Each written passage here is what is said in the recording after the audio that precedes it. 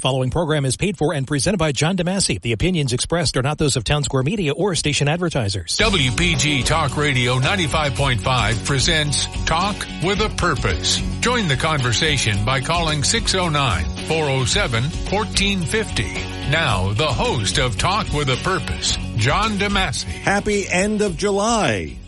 What do I always say? The 4th of July happens, you blink, then it's Labor Day. Well, it's Tuesday is August 1st. Wow, it is really flying by. And, of course, football training camps are happening, and next thing you know, it's Christmas. I mean, I'm not rushing the season, but you know what I mean? It just happens fast. And today is the last day of the heat wave, all right? So tomorrow it's going to be like 80-something. So welcome to another edition of Talk with a Purpose every Saturday, 9 till noon, right here, WPG Talk Radio 95.5. And as the man said, I'm John DeMasi. Well, who else would it be, right? Good to have you with us. And as always, our number here in the studio, 609-407-1450, 609-407-1450. We invite you to stay tuned to the program, of course, as always. But at 11 o'clock, our guest, State Senator Vince Polistina. He's here again, and we're going to talk to him about a variety of things. So stick around for that. Vince coming on at 11 o'clock this morning. So we'll talk to him about a couple of things. And, well, my cousin is back with her shenanigans, and I'll tell you about that. I mean, this one, she really got me. She really got me. I don't yell too much. I don't yell except when the Eagles lose. But this one really got me. So I'll tell you about that in the next hour. And, of course, Hunter Biden, and we'll talk about that. But first, I wanted to start off with another email. And you remember PETA. That's right. You say PETA, not Petter or Peter. PETA. He wrote me an email after last week's show. And it said, "Hello, John DeMasi. I don't email you a lot, you don't, because I don't want you to think I am weird. There is nothing wrong with me. I am very civil. I just think you are way off regarding Biden. The FCC should not allow lies to spread.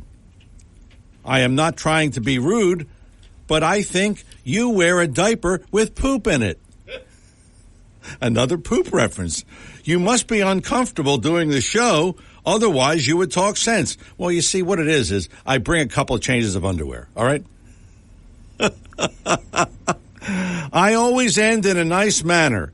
God bless America and have a great day. PETA."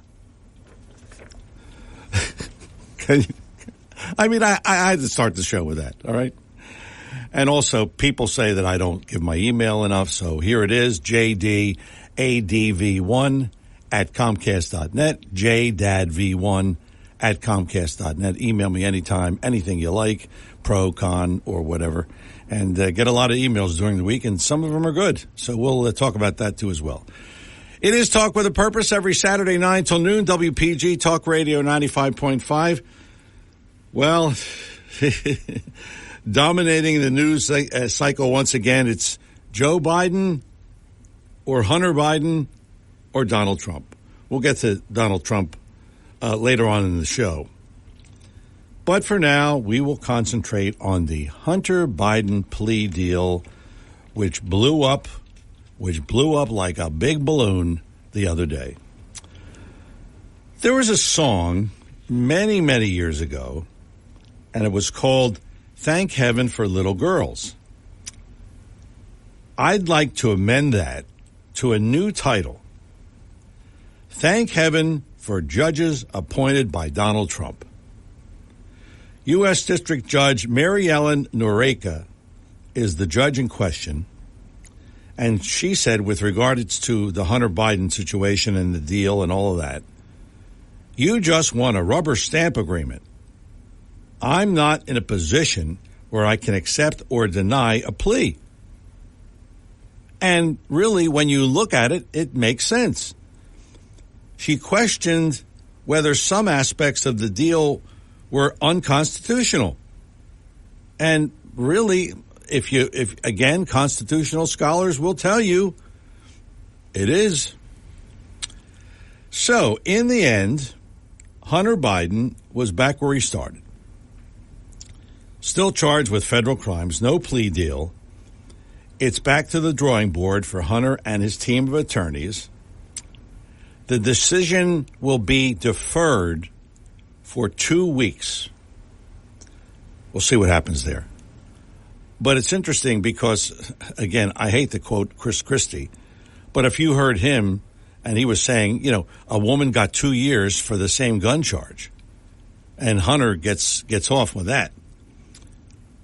Well, then in the meantime, House Speaker Kevin McCarthy indicated House Republicans may launch, here's the word, an impeachment inquiry into the president regarding his son's financial dealings, alleging political interference in Hunter Biden's case. No, Hunter Biden, political interference? Come on.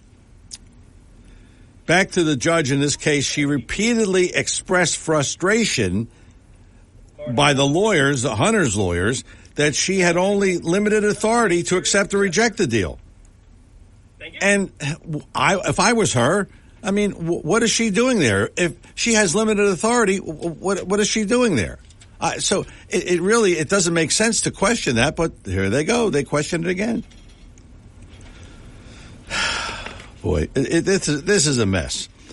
One aspect of the deal would have shielded Biden from prosecution for any additional crimes tied to the conduct described in his plea agreement, noting that those papers detail Biden's work for foreign entities and questioned whether his plea deal meant he would now be immune from any hypothetical charges. So in other words, whatever the charge is there with regards to guns or dealings with foreign entities or whatever, he's immune from everything. Can you imagine getting a deal like that? You're immune from everything. This is really unbelievable. So he would get a pass from here on in. I mean, this is really, or it was, a sweet deal. And now, no wonder he's balking. Oh, well, I didn't get the deal. Well, now they're going to go back and try to rework this. But I don't see how they can rework it, because if the judge said no to this deal, what's the deal going to be now? You know he's not going to get any jail time. I mean, that goes without saying. So this whole thing has been kind of a sham, and nobody's saying anything about it. I mean, they say, oh, Hunter Biden, okay, well, president's son, oh, okay. So really, this thing, had it been, and had it been Donald Trump, they would have prosecuted this, or they would have prosecuted that, or they would have found many things to throw up against the wall and try to see what sticks. But it's really, it really concerns me that Hunter Biden is getting off easy. I mean, he admitted to lying on this gun application. He admitted that. And as I said before, Chris Christie pointed out, someone else lied about it, and they got 2 years in jail. So here he goes. He got preferential treatment. You better believe he did. So we will see what happens. And I really don't think anything is going to happen. I mean, he's not going to get any jail time. And maybe he'll get something like some ridiculous probation or what. I don't know. But I am glad that the judge stood up and said, hey, wait a minute. This is like a sweetheart deal, and it's a sham, and it's a terrible thing. It doesn't ring true as far as justice is concerned. So we'll see what happens with Hunter Biden. And I'm sure PETA will call me or email me and say, "Oh, I'm unfair. I'm not fair. You don't like Hunter Biden." Well, I don't like anybody that deals with the way he deals. But that's another story. Without further ado, we bring in the one and only, the man, the myth, the legend. He is Seth Grossman, Liberty and Prosperity. And we're going to have a little test today, Seth. We're going to see if you can end on time. All right, I'm looking at the clock, and I'll do my best. And when I don't get to some important points, I'll just say visit libertyandprosperity.com, because there's a lot of new posts up there that explain the details I'd want to talk about. And I'd like to begin by saying that last night I was at an event that really gave the message of Make America Great Again by reminding us how great America was before. I was on the Summers Point Beach. This is Friday night by Bay Avenue, a beach concert with Gary U.S. Bonds. Concert put together by Carmen Murata, whose dad used to own Tony Mart's in Summers Point in the 1950s and 1960s. And so for an hour, I listened to music with my fellow boomers there and their children, the millennials, the Generation Xers, and then the grandchildren and the nieces and the nephews. And he did a lot of his songs. He did, New Orleans, Twist Sonora. He didn't do Quarter to Three. But then his wife and daughter did the songs, Will You Love Me Tomorrow by the Shirelles, The Do Run Run by the Crystals. And here you have an 85-year-old man, he married 60 years with his wife on stage with him, with his daughter on stage with him, and again, 1,000 people in the crowd. And it reminded me of when I heard Gary U.S. Bond songs for the first time. 12 years old, Richmond Avenue School, song electrified me and my classmates. We couldn't get enough of Gary U.S. Bonds. As soon as we saved enough money for, I think it was 10 cents for the jitney, and maybe 30 or 40 cents for the record, we'd go down to the Russ Miller record store at New York and Atlantic Avenue in downtown Atlantic City, buy the record. Same thing for his next song, Quarter to Three. And our kids and grandkids just have no idea, and I was thinking about this at the concert, how safe and happy we were in America back then, and why many of us would do anything to try to let our children and grandchildren enjoy that America.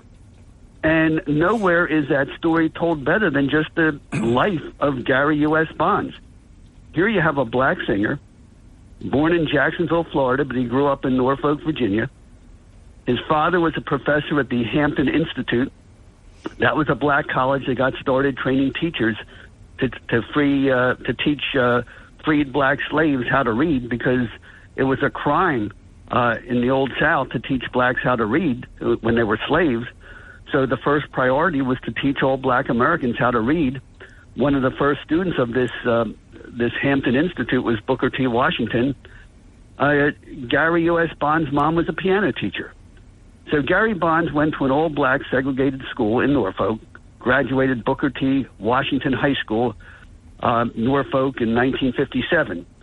So when he gets out of high school, or actually while he's in high school, Gary Bonds and a group of friends would get together at the street corner, and they'd harmonize doo-wop songs that were coming out of Philadelphia.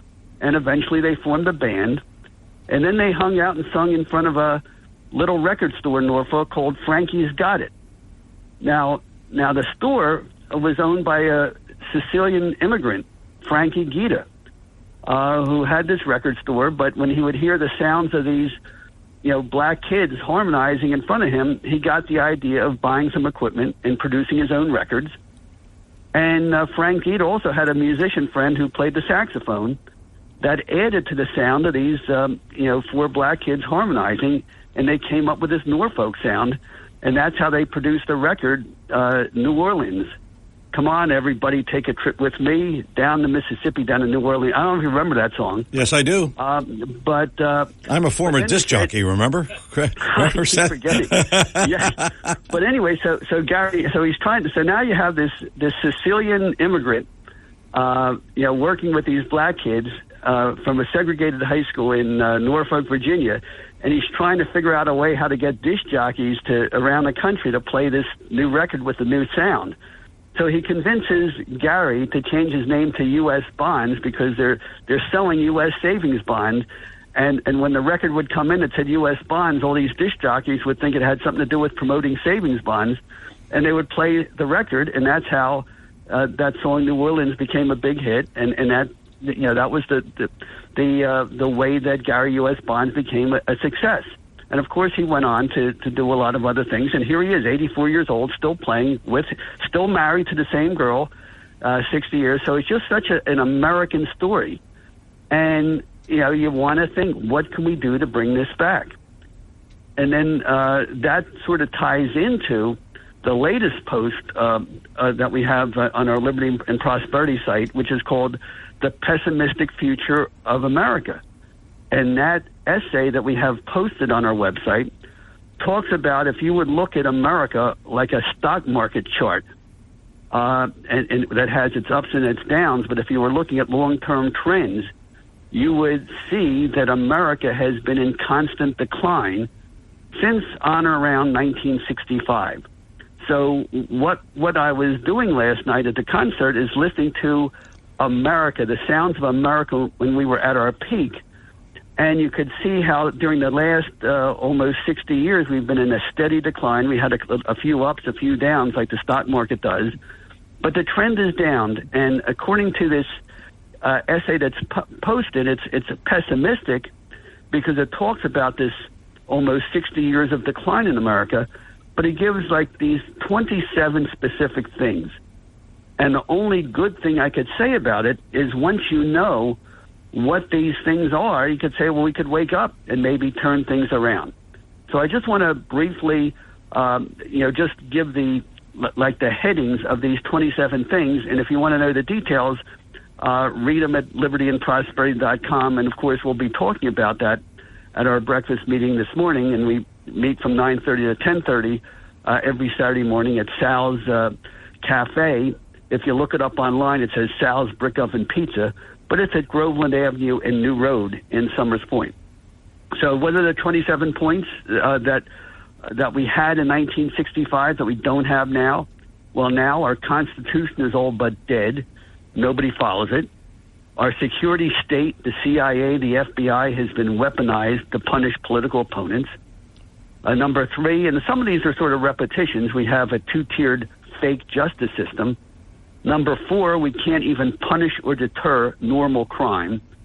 Number 5, we're so blinded by political agendas that we can't or won't apply obvious solutions to simple problems. Number 6, we prioritize diversity over mission and performance. Number 7, our military is incompetent, or the leadership is incompetent. The men are great. And the women are great, but the leadership can't win wars anymore. Number 8, nothing in America works anymore. 9, people are as corrupt as the politicians. And I figured that out when I was on city council in Atlantic City. When I was starting out, I said, the big problem is corrupt politicians. But then I realized the real problem is corrupt voters. Because when I was campaigning and say, will you elect me to city council? And they'll say, well, what are you going to do for me?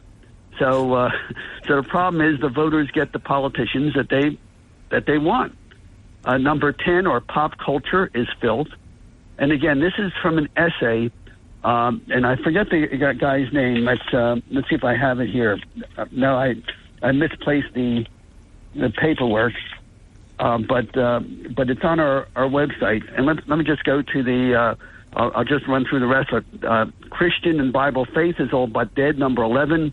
Number 12, marriage and other social bonds have withered away. Deep friendships are rare. Number 13, birth rates have cratered. Number 14, young people face dim prospects. Number 15, the middle class has been hollowed out. 16, income and wealth inequality are off the charts. 17, we're increasingly owned and governed by foreigners. 18, corporate power is greater than in the pre-antitrust era. 19, our economy is fake. There's no longer any real connection between how much people are paid or what we pay for and what is produced. 20, our colleges have become evil. 21, our kindergarten to grade 12 schools teach our kids to hate themselves, their parents, and their country. 22, we don't merely tolerate, but we celebrate anti-white racism. 23, insane enthusiasms like transgenderism receive little pushback. 24, we have no social cohesion. 25, America's ruling class hates the people. 26, conservatism is a failure, because the worst thing you want to do is conserve where we are right now. And finally, 27, our civilization has lost the will to live. So all that is posted on our website, libertyandprosperity.com, and that's the national conversation we really should be having. Where were we in 1965 when Gary U.S. Bonds was singing those songs, and Americans of every race and ethnic group, nationality, background were singing those songs together and dancing and just learning from each other? And how do we get from there to where we are today? And that's a big issue. Boy, I tell you, you read through that list. That's pretty scary. It really is. There are some things there, and you hit it right on the head. Boy, I'll tell you, it is scary. Right, so we could talk about the details of each one of those things. Is really a topic of conversation. And of course, in a radio thing, what we tend to do, we tend to talk about these very superficial things, but we don't talk about what is really tearing our country apart. And that's why at Liberty and Prosperity, we spend a lot of time on that. I'd also like to talk briefly on ocean wind. And this goes back to your friend who said I didn't know what I was talking about because I would say that wind turbines didn't produce anything. And I don't want to go in that whole discussion again, but I posted a very boring report from England on wind turbines and smart meters. So hopefully your friend will have a look at it. And the reason I posted it, because only a Brit can describe this total disaster in such a calm and boring way. So I just want to quote some of his report we posted. He said the biggest problem with wind turbines is that we will have wind lulls. He says at times there can be little or no wind anywhere in the United Kingdom or its territorial waters. Such lulls can sometimes last 3 weeks or more.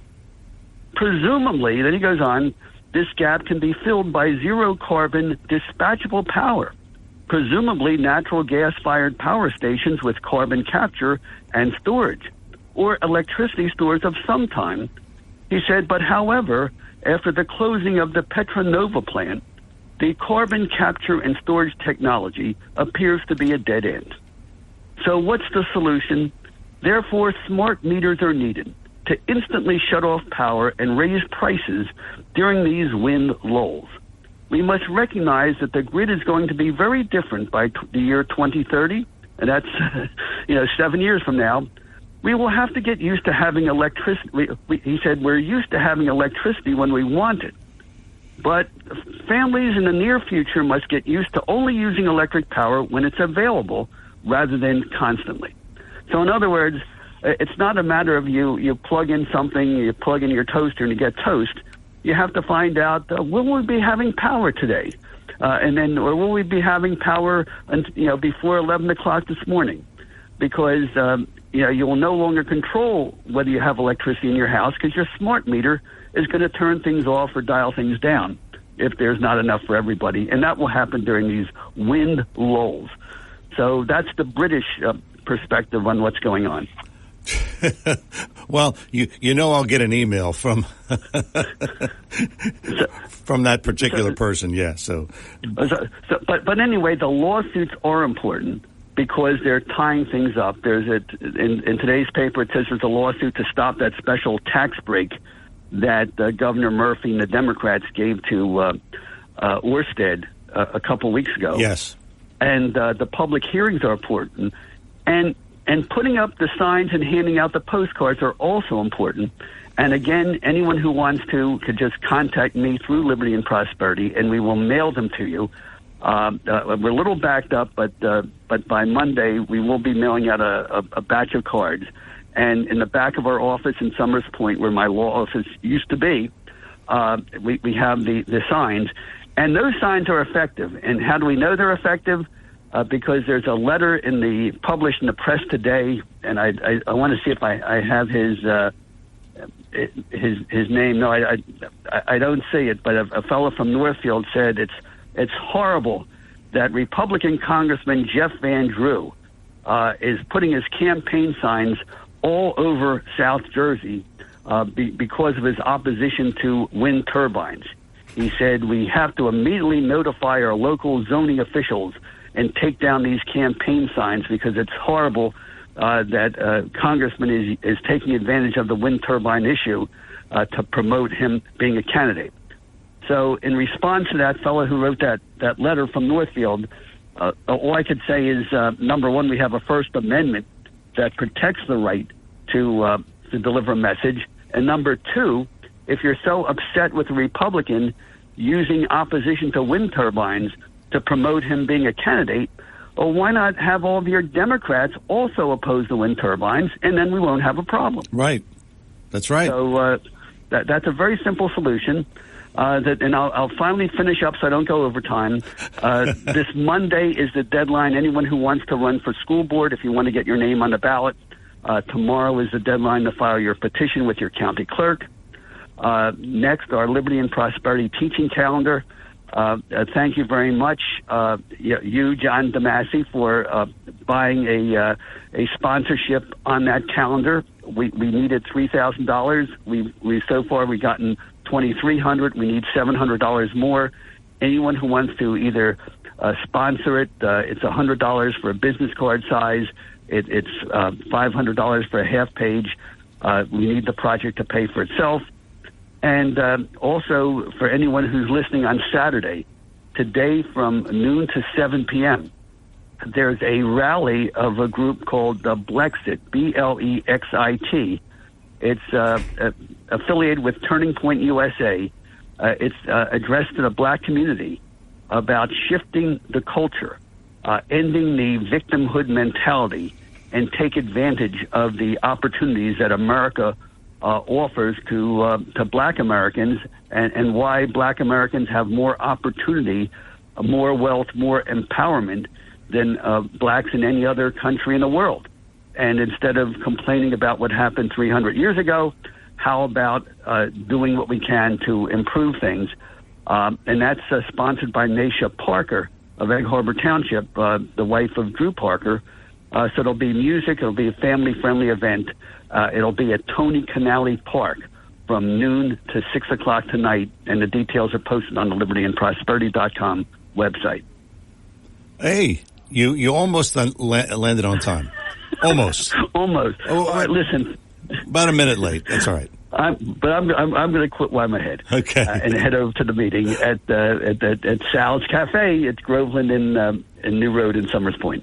Okay, Seth, thank you. Seth Grossman, Liberty and Prosperity, the website libertyandprosperity.com. I'm John DeMasi. More Talk with a Purpose, and we'll get started with the phone calls right after these words. When it comes to you and your family's financial wellness, there are so many things to talk about. We could go on forever. To help guide you along the way, Joe Yakovich has written a book called The Heart of Your Money, Inspiration for Financial Wellness. In the book, Joe talks about longevity, inflation, retirement surprises, and many other topics. For your free copy of The Heart of Your Money, call the office of Joe Yakovich at JML Financial at 856-751-1771 or email Joe at jyakovich@brokersifs.com. For over 37 years, Joe Yakovich has been helping families throughout the area navigate the difficulties of a sound financial plan. You'll find Joe's approach to be different and not just the cookie-cutter methods that are prevalent in today's world. The path to your financial wellness and or retirement starts with a call to Joe Yakovich at JML Financial Group, 856-751-1771. 856-751-1771. Or email Joe at jyakovich@brokersifs.com. Joe Yakovich is registered with and securities and investment advisory services are offered through Brokers International Financial Services, LLC. Member SIPC. Brokers International Financial Services, LLC is not an affiliated company. All right. Talk with a Purpose is the show. Let's get started with our phone calls. We have John in Ocean City. John, good morning. Welcome to Talk with a Purpose. Yes, good morning. As far as zero carbon is concerned, we should be developing hydroelectricity. That's not like a broken record or a magpie, but hydroelectricity that came out of the great brain of Nikola Tesla, which we left off with the advent of World War II and the discovery of oil in Saudi Arabia. And also, I know the leaping lizard of Cape May County and the Wood Roach will have to find a new home, but we need to actually bring that gas line from the Poconos to the BL England generating plant. They'll have to rebuild that now since they blew it up. Turn on the spigot to the Keystone XL pipeline, et cetera. They say that nuclear fission creates too much waste byproduct, and don't put all of our eggs in one basket. That's all that is. But anyway, I want to bring up a country that's in Western Europe that's very similar to ours politically. Italy. Italy's in such socioeconomic and political chaos because their politicians suck. I wonder where that's. I wonder what countries like that, right? But anyway, there's brilliant advanced mathematicians and physicists over in Italy. It's a very advanced country technologically, really, and they created the most advanced from 1948 into the 21st century. They developed the most advanced aerospace satellite system. It's called Leonardo Satellite System. Now, I had to be real careful about how I word it in the Google search engine to get my answer. I put, can Leonardo satellites alter computerized information from the ionosphere? See, the ionosphere is above our mesosphere. That's where the satellites are located. Yeah. So LEO satellites are used for communications, military reconnaissance, spying, and other imaging applications. Now, spying is hacking. Now, to say that they can't, if you don't have something written on paper, to say that they cannot alter. We're in the 21st century. We're not in the horse and buggy days any longer. It's gone. The 21st century is a new paradigm. It is what it is, man. From the late 20th century into this century, we live in an uber technologically advanced world. It is what it is. It's not because some tinfoil wearing kook from Ocean City said so. But anyway, they can alter things from the ionosphere. And also, this is according to the professor of computer science. Let me see. He's the professor of computer science and engineering at the University of Michigan. He's also the director of the Center for Computer Security and Society. He said electronic voting security is more easily hackable than people know. And he said that. Now, Dominion software is electronic. So is it unreasonable for the Republican Party to say paper ballots only? Paper ballots, you come in and you vote that day. We can, bend the rules a little bit if you're handicapped or whatever, but basically come in that day and use paper ballots. It's not unreasonable to do that. No. And I'm bringing this up. Yeah, and I'm bringing this up, too, because I like Bobby Kennedy Jr. I like him. If he were elected if he's a front runner for the Democrat Party and he were to be elected president, I would not lose any sleep worrying about my country. I wouldn't. I like the guy. But what's going to happen? See, he's a John Kennedy Democrat. He's a Robert Francis Sr. Democrat. He's not woke. He's not a woke Democrat, man. He's not. He says some things that are out there, but he's not a woke Democrat. He's not. He'd have to run a third party. If he does that, it always ends up being a monkey wrench thrown into the works for the Republican Party. There's a lot of independents that would vote for him because they see the mess of the Republican parties. And I'll tell you, the Republican Party needs to stop slinging mud.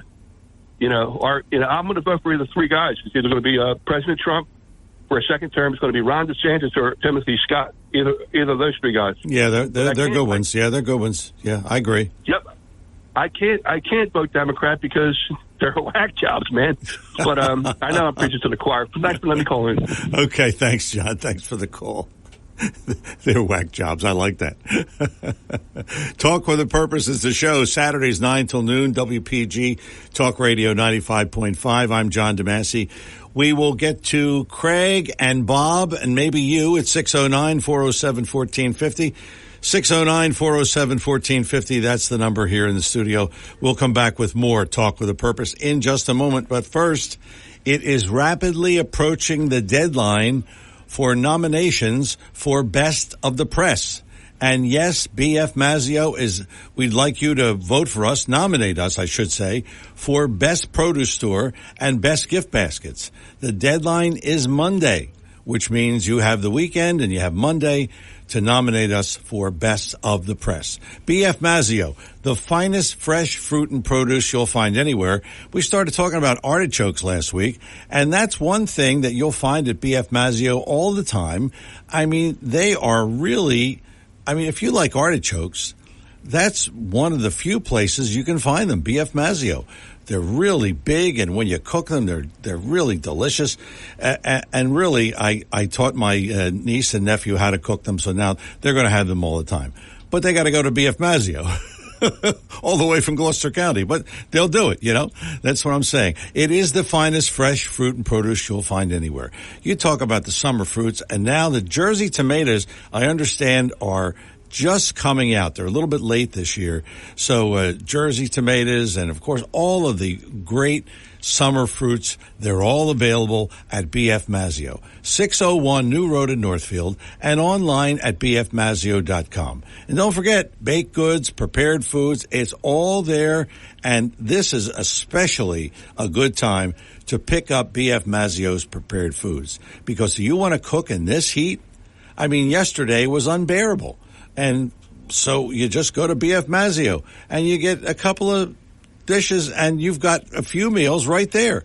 It's all right there. BF Mazzeo, prepared foods, baked goods, fresh fruit and produce. It's all right there at BF Mazzeo. 601 New Road, Northfield, online at bfmazzeo.com. Don't forget, nominate us for Best of the Press, Best Gift Baskets, and Best Produce Store. Deadline is Monday.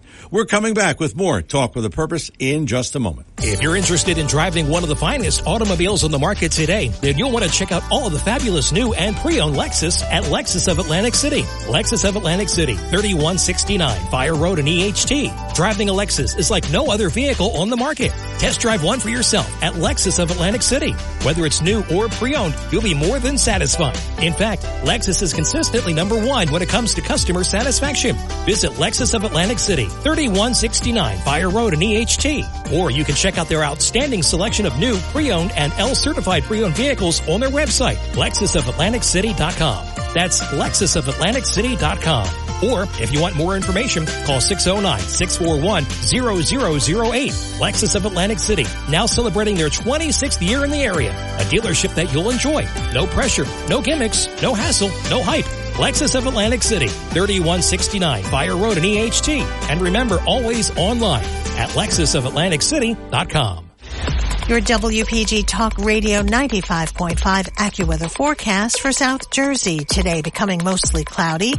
It'll be hot and humid with a couple of showers and a heavy thunderstorm this afternoon. We could get some flooding downpours, hail, and damaging wind gusts today with a high 96. Thunderstorms tonight, otherwise clouds breaking the low 72. And then a mix of clouds and sun tomorrow, pleasant, the high 85. I'm AccuWeather's Rose Tamburino on WPG Talk Radio 95.5. Here we are back again on Talk with a Purpose. 609-407-1450 is the number here in the studio. We are going to talk to Craig in Northfield. Craig, good morning. Welcome to Talk with a Purpose. Good morning, John. How are you? Good. How are you? Well, I got to be quick because we got so much to cover here. Yeah, that's right. A week. That's right. So Joe will not pardon Hunter, according to Shirley Temple. You know who's going to pardon him? Kamala. Yeah, well, that would make sense. Boy, oh boy. And Seth, that was very good about the Justice Department because, look, Donald Trump might get 460 years. Can you imagine? I don't know. That's 2 lifetimes. I know they think he's Jesus. Boy, oh boy. But I don't think 460 years. No, people, we don't think he's Jesus. We think he's Moses. And Hunter gets nothing, right? Well, of course not. And no, Hunter isn't going to get anything. And also, don't forget what they did. They tried to snooker that judge. Yeah. They tucked in a little doc thing in the back there, and then they handed it to her that day of the trial. Boy, was she smart. Yep. She outsmarted the fox. Yep. Over there at the Justice Department, you were talking about JFK and say was John there right before us, but JFK Jr., he put in, Robert Kennedy, he put in for Secret Service protection. Not that he would need it. There's no history with his family being assassinated. Oh. Right? Yeah. Oh, yeah. Yeah, sure. So the Justice Department, they reviewed that. They said, no, your uncle wasn't assassinated. Your father wasn't assassinated, and no, you don't need Secret Service protection. But Hunter, on the other hand, he can get, 6 SUVs. Yes. Am I wrong? Yeah. No, you're right. Okay, so people, when Seth said about our Justice Department, look how upside down.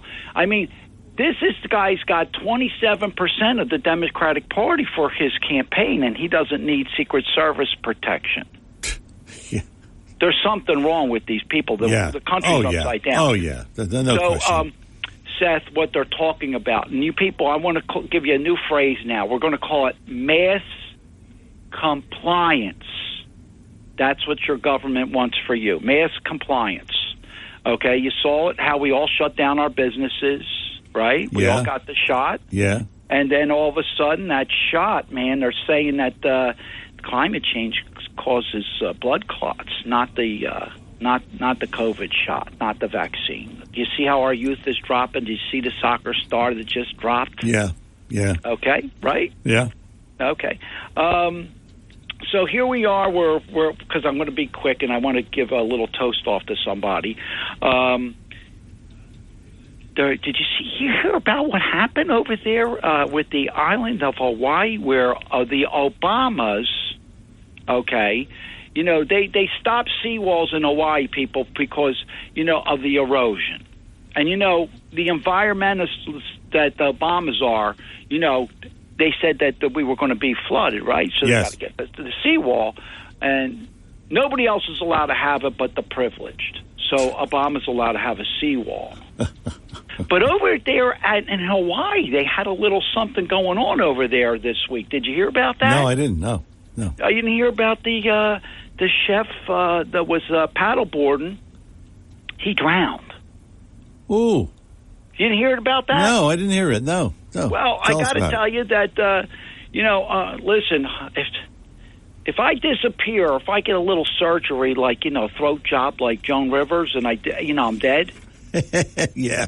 I want you to do my eulogy. Okay. No problem. All right. So anyway, the chef died, but he was with somebody. And then usually, you know how you got the call? We got the call for Nancy Pelosi's husband. Yes. Well, some of the stuff from the call has been taken out. That 746 called crucial information has been deleted. Wow. Whoa. Yeah. And then they had another assistant. Her name is Loretta. The plane went down. Yes. Everybody else made it except for the Obama's assistant. So, I think we're going to have Michael running for president. Michelle. I'm sorry. Obama calls her Michael sometimes, too. You know that. Barack. Does he not? Yes. Okay. I had a little slip there. Yeah. I'm sorry. So, John, our bet, and I'm not going to, this is just in between here because I'm not done yet. Elon Musk, Mom said that no. So let me ask you a question. If Elon folds, that's double dinner, right? So we are going to be taking my boy down from Cape May, right? Yes, that's right. Okay, that's so right. You could ask Bob why he comes on after me. And then as I was walking down to the beach last week, and I got to tell you, what a wonderful couple. They're paying a lot of money in Atlantic City for taxes, $16,000 for property tax. Wow. For a little house. I said, what do you get? 2 trash cans emptied out a week? Jeez. I said, because they should come and, Simonize your car also for that kind of $16,000, yes. You know what that's called? They call that, eroding the wealth, of people. Yeah. Okay, in the state of New Jersey, taking the wealth from you. That's what they're really doing. Yeah. But she said, man, she was listening to us on the radio, John. You got quite a following, I got to tell you. She goes, I heard you on John's station, not, And she goes, I got to tell you, we really like it. And then she showed me this picture of a boat of her son's. And, it brought to my attention what Donald J. Trump did. So here her son has this magnificent boat with the American flag, and which will lead to my last comment.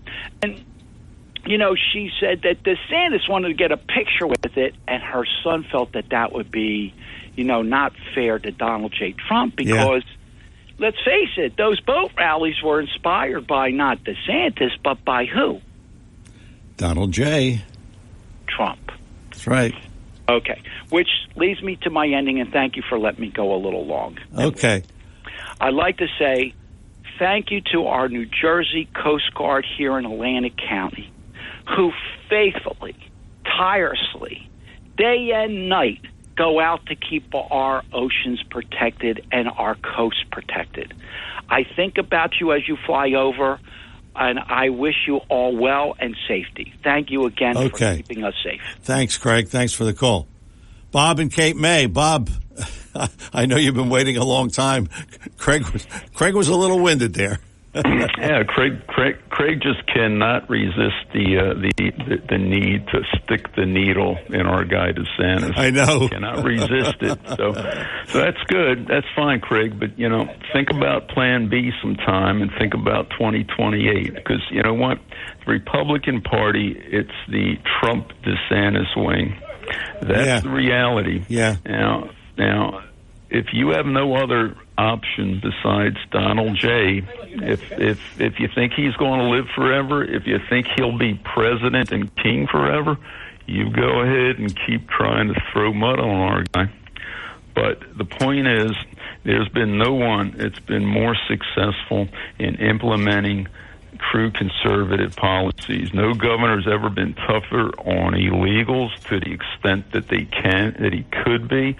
No governor's been tougher on crime in this country, on rioters. It doesn't happen in Florida, on destroying the woke agenda, on taking on companies like Disney who've gotten their way in Florida for decades and trying to shove their woke leftist agenda down the throats of parents. And it goes on and on. Don't even have to, the COVID response, okay? If you want a president that is going to be effective in implementing what we want, I think the choice is very clear. But you know what? As I've said before, I'm not going to cry if Donald Trump's the nominee because I think we're all on the same team in terms of what we want for this country. Many of the Republicans running are not.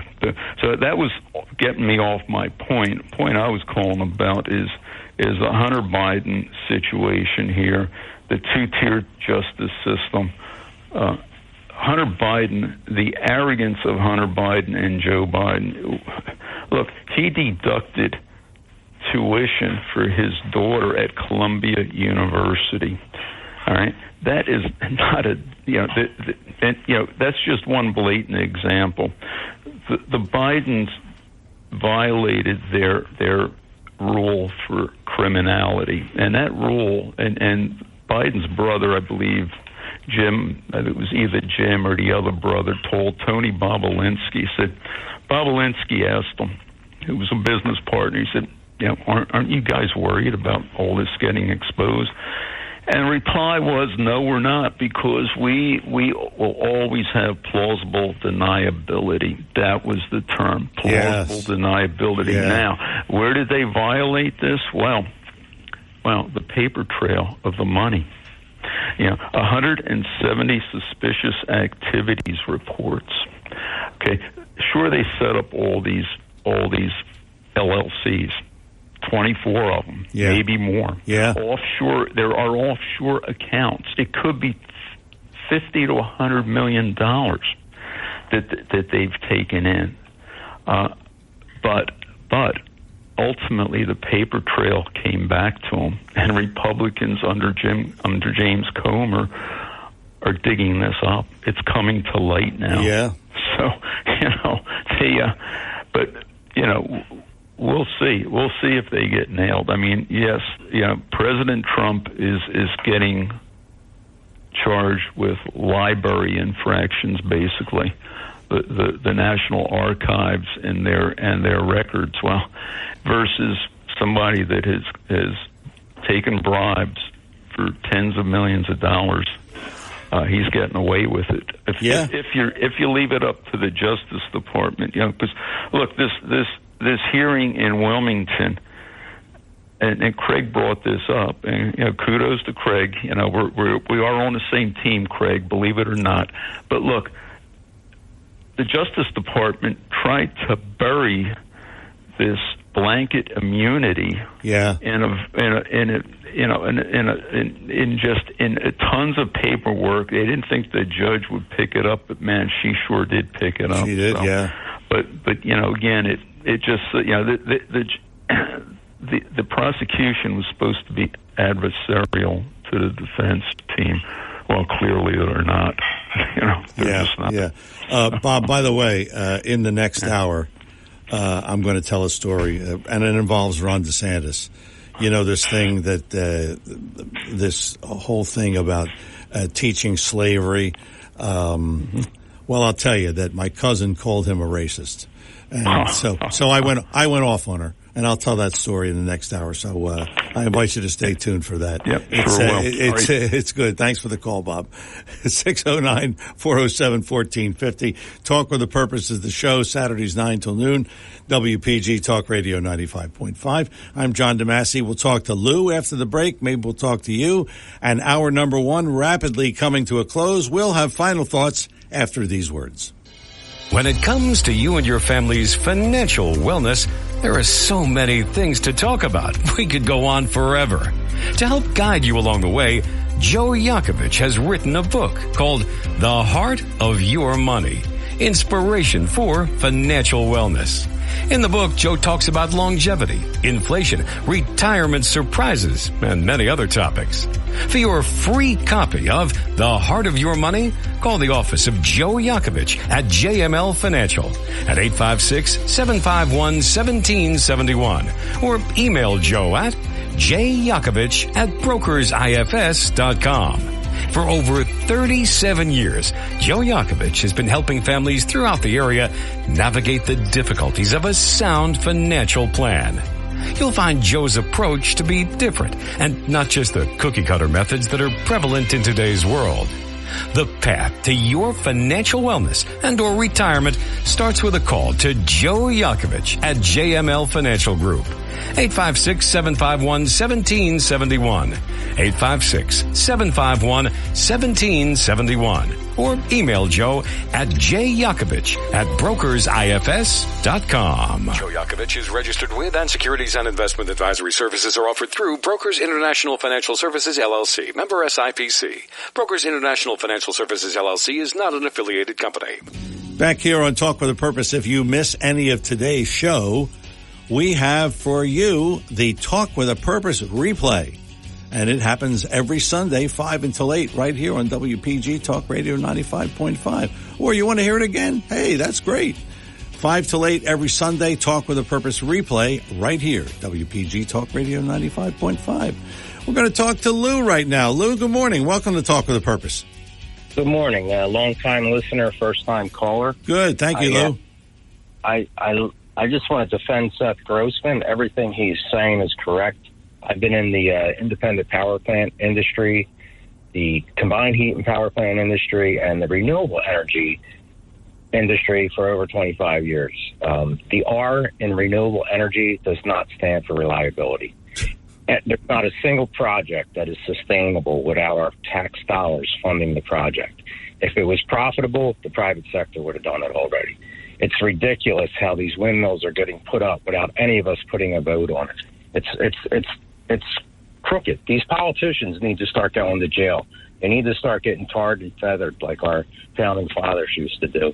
Lord Murphy is forcing this down our throats, and people don't realize, they think these smart meters are helpful and green, all they're going to do is shut your power down because Atlantic City Electric, PSE&G, Central Jersey Power and Light know they cannot sustain the electrical demand in our state on renewable energy because it's not reliable. Right. It's disgusting. And as far as the two-tier justice, I'm with everybody. We need voter integrity laws. Whatever happened to the poor girl who was on the news talking about the Dominion counting machines? You don't even hear her name anymore. No. You don't even hear her name. She's probably in Guantanamo Bay. Yeah. And then border security, that should be number 2 for us all. And frankly, Obama's still running the country. I call it the O-Biden. It's O-Biden running. It's this term. Oh, yeah. And I do think politicians need to start going to jail, and I will never vote for a Democrat again. I am independent, undeclared. I don't call them Democrats anymore. I call them Dumb-ocrats. And Seth Rosen, I'm going to do my best to meet you at Sales Cafe Saturday morning, but my wife has 2 degrees. I have a degree and licenses. We're both working 2 jobs. We can't afford to buy food. It really is. It really is. You're right. You're right. That I agree with. My wife, God bless her, she's an RN. She's been put through hell since the pandemic. And to pay for people to stay at home while we all had to work, and she had to struggle to get 40 hours because during the pandemic there were no operations. The double standards and hypocrisy in this country are disgusting. Oh, it is. It is. And Democrats, they should just change their party to the Communist Socialist Party. That's right. They're not for the working people. That's right. You're absolutely right. God bless you all. Keep up the good work. Thank you, Lou. Good call. It's true. Now, this is just a simple thing. The other day, I went to buy tissues. And you think, well, they used to be $1.99. You want to know what they were now? $3.59. I mean, that's just one example. You could. I mean, there's a slew of examples you could give. Talk with a Purpose is the show. Saturdays 9 till noon. WPG Talk Radio 95.5. I'm John DeMasi. Hour number 1 rapidly comes to a close. It's in the books. Hour number 2 on the way. Don't go away.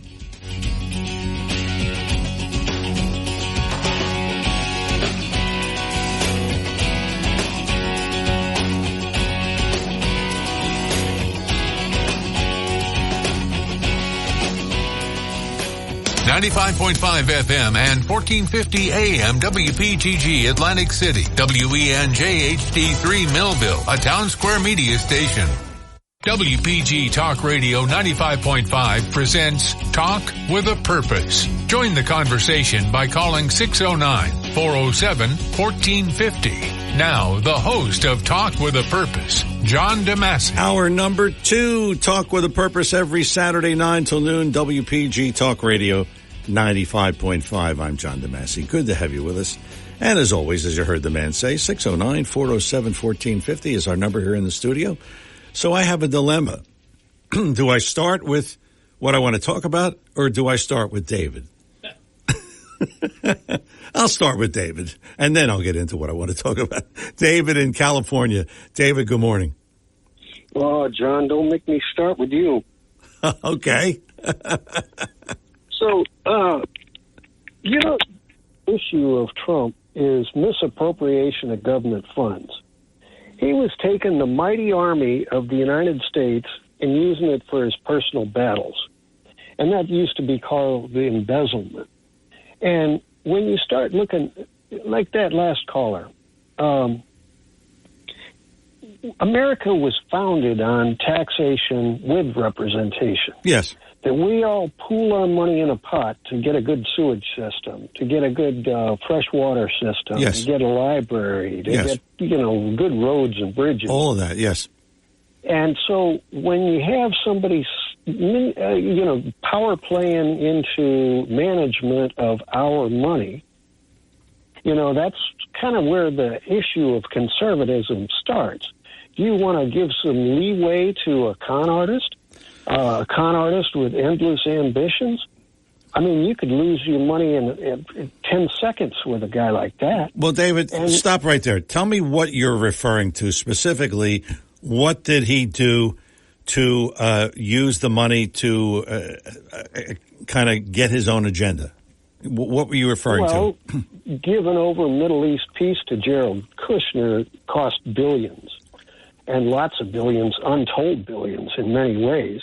But then giving Jared Kushner control of COVID and calling it as a czar.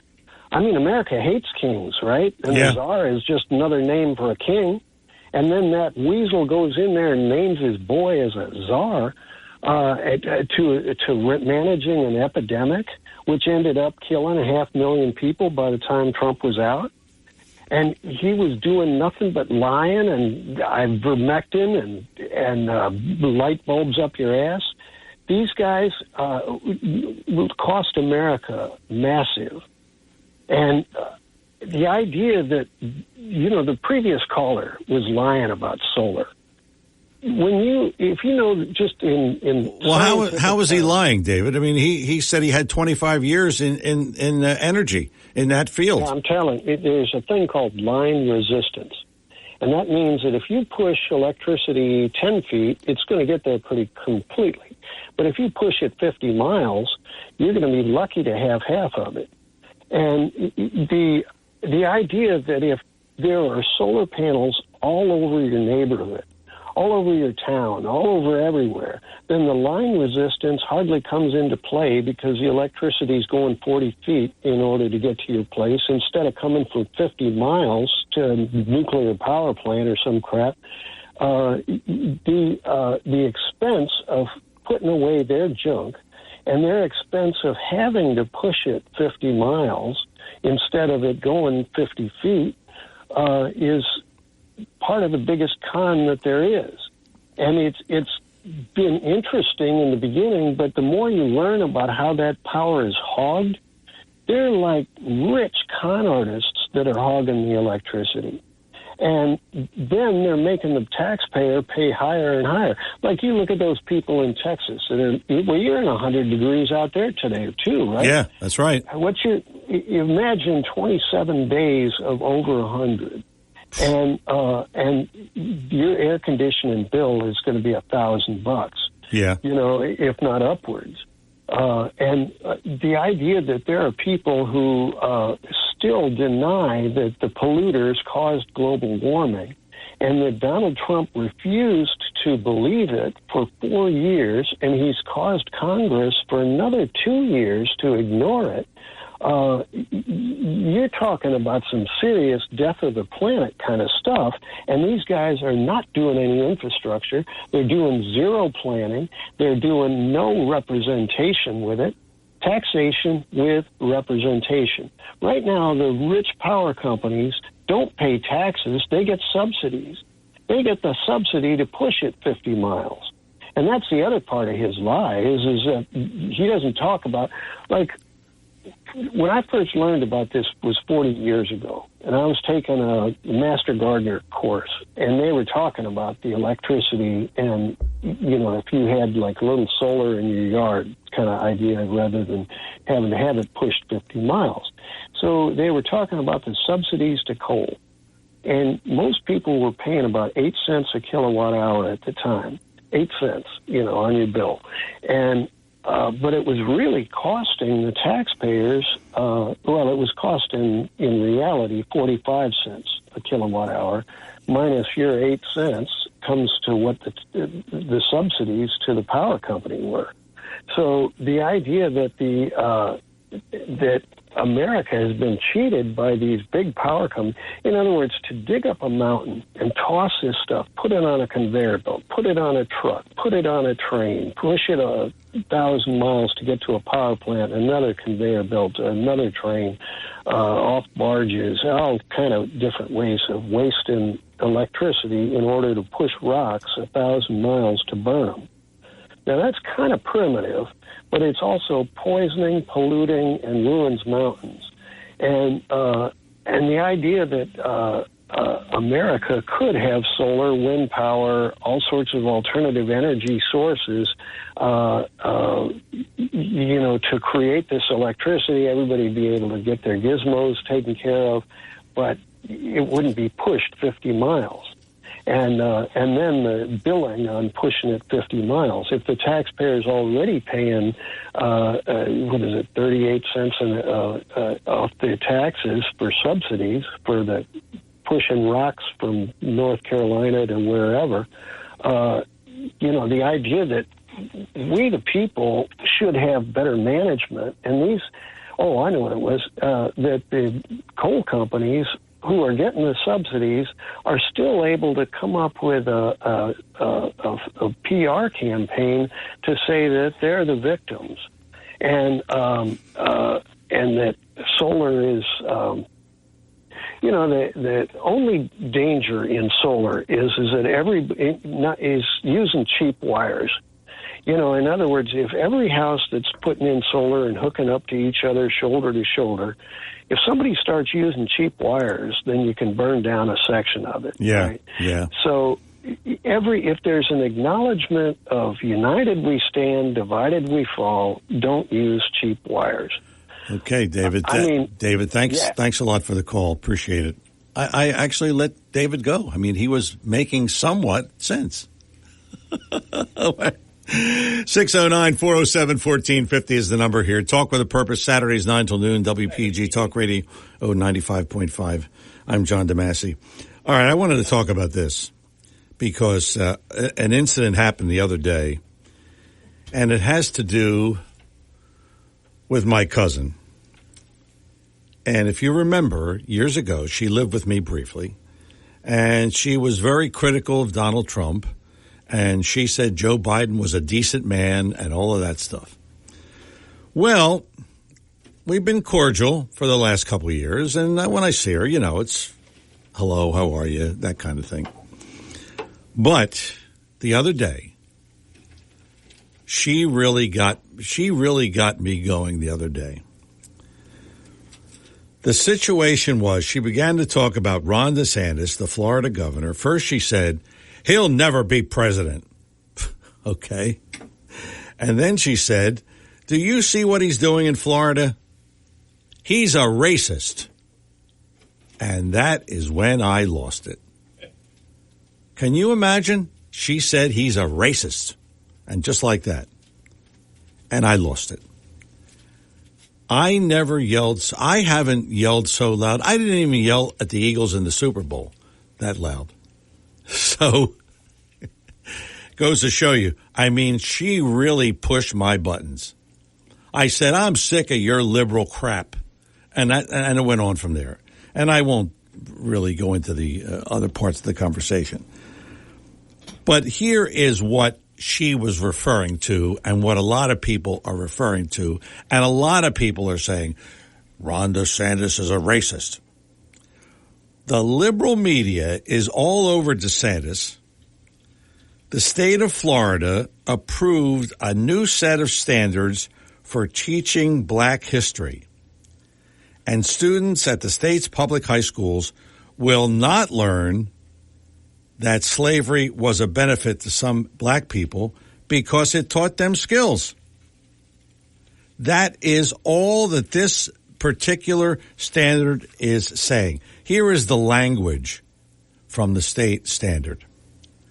The instruction includes how slaves develop skills which in some instances could be applied for their personal benefit. That's all it said. What's wrong with that? But of course, the liberals are having a field day. Even the vice president, like she's black, she's not even black. She said, this is the United States of America. How could slavery and benefits be in the same sentence? Do you understand what they're doing here? They're twisting the words, and they're just condemning Ron DeSantis because he said this. We don't want children to be taught that it's a sin to be white, and that's what a lot of this curriculum was before. oh, it's a sin to be white. Oh, you're white. Oh, well, you're privileged. Really? I don't think I'm privileged, and I've been white all my life. Let me read an excerpt. This is from Dr. William Allen. He is an African American, and he is the co-developer of the new curriculum in Florida. He says, it was never said that slavery was beneficial to Africans. What was said, and anyone who reads this will see with this clarity, it is the case that Africans proved resourceful, resilient, and adaptive, and were able to develop skills and aptitudes which served to their benefit both while enslaved and after enslavement. Okay? That's what it said. Plain and simple. But, he's a racist. And my cousin just falls right into that trap. John is in Ocean City. John, good morning. Yeah, just a warning for the people that think that communism is a good idea. It was actually the president of France, Albert Lebrun, who actually toured the Soviet Union during the time of the Holodomor, where Stalin starved 7.5 Kulak farmers to death. And he said, I'm going to put all the rumors to rest, all these lies, these so-called facts about Comrade Stalin doing these terrible things are all false. But what he did was he put a Potemkin village up. He had staged actors taking apart the people who had already been starved to death. So they were fooled. And he said that people that lived in the Soviet Union saw the aristocrat and the poor alike standing in line for bread.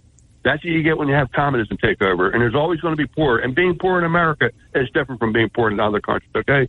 Have you got a toilet that flushes and you have a shower head to shower under, you got food in your fridge, you have hot water coming out of your spigot, you're doing pretty dang good, man. Regarding Super Dave Osborne from California, actually it was President Trump that wanted to stop Chinese nationals from coming into America from 2019 to 2020. And he was labeled a Sinophobe, that being anti-Chinese. But it's already come out in the wash that that virus, that COVID-19 virus, was hatched in a Wuhan lab of virology in China. So that's all true. That's not phony or bogus. And also, Bobby Kennedy Jr. has shown statistics that ivermectin and hydroxychloroquine promoted in countries over vaccines had short-lived pandemics, practically non-existent pandemics, and also mortality rates were very low. And it was President Trump that was promoting hydroxychloroquine. So the dude needs to get his facts straight, man. I don't know where he gets his ideas from. The Democrat Party, from Gavin Newsom, I guess, where he gets his ideas from. But we had two. We made a mad dash to Berlin, not just to divide East from West with the Iron Curtain, but also to get the information that the Nazi scientists had. We had Operation Paperclip, and they had Operation Osoviakim, and they had 2,500 Nazi scientists. We had 1,600. But the Soviets were developing a thing called time reverse wave technology, and it's kind of misleading because really what you're doing is you're bending time. You're bringing the future to you is what you're doing. It's weird. But actually, the Nazis, they had invented the first jet plane, which is the Silbervogel, the Silverbird, and the Russians, and we also got our jet technology from that. They got the MiG-15 was the first jet in the air, and then Chuck Yeager with his M1X1 jet, he broke the sound barrier. But anyway, the Nazis were also involved with bending time, and they had invented something called the bell Die Glocke. And Die Glocke was actually it was a weapon of warfare, but specifically it was for time travel. And these people were more advanced. I mean, the governments, the powers that be, are actually 50 to 100 years ahead of us. Some say even 200 years ahead of us. They keep us in the dark. We're the mushroom people. They keep us in the dark and they feed us bull. But this idea that we're not supposed to know what's going on. It's a different day and age. We need to know what's going on around us. And the socialists, man. The socialists have nothing but disaster. The socialists have nothing but ideas of warfare.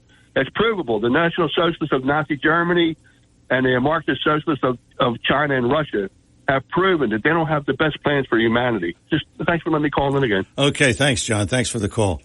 Talk with a Purpose is the show. Saturdays 9 till noon, WPG Talk Radio 95.5. I'm John DeMasi. 609-407-1450. 609-407-1450. Al, Bob, and Craig in that order after the break, and maybe you at 609-407-1450.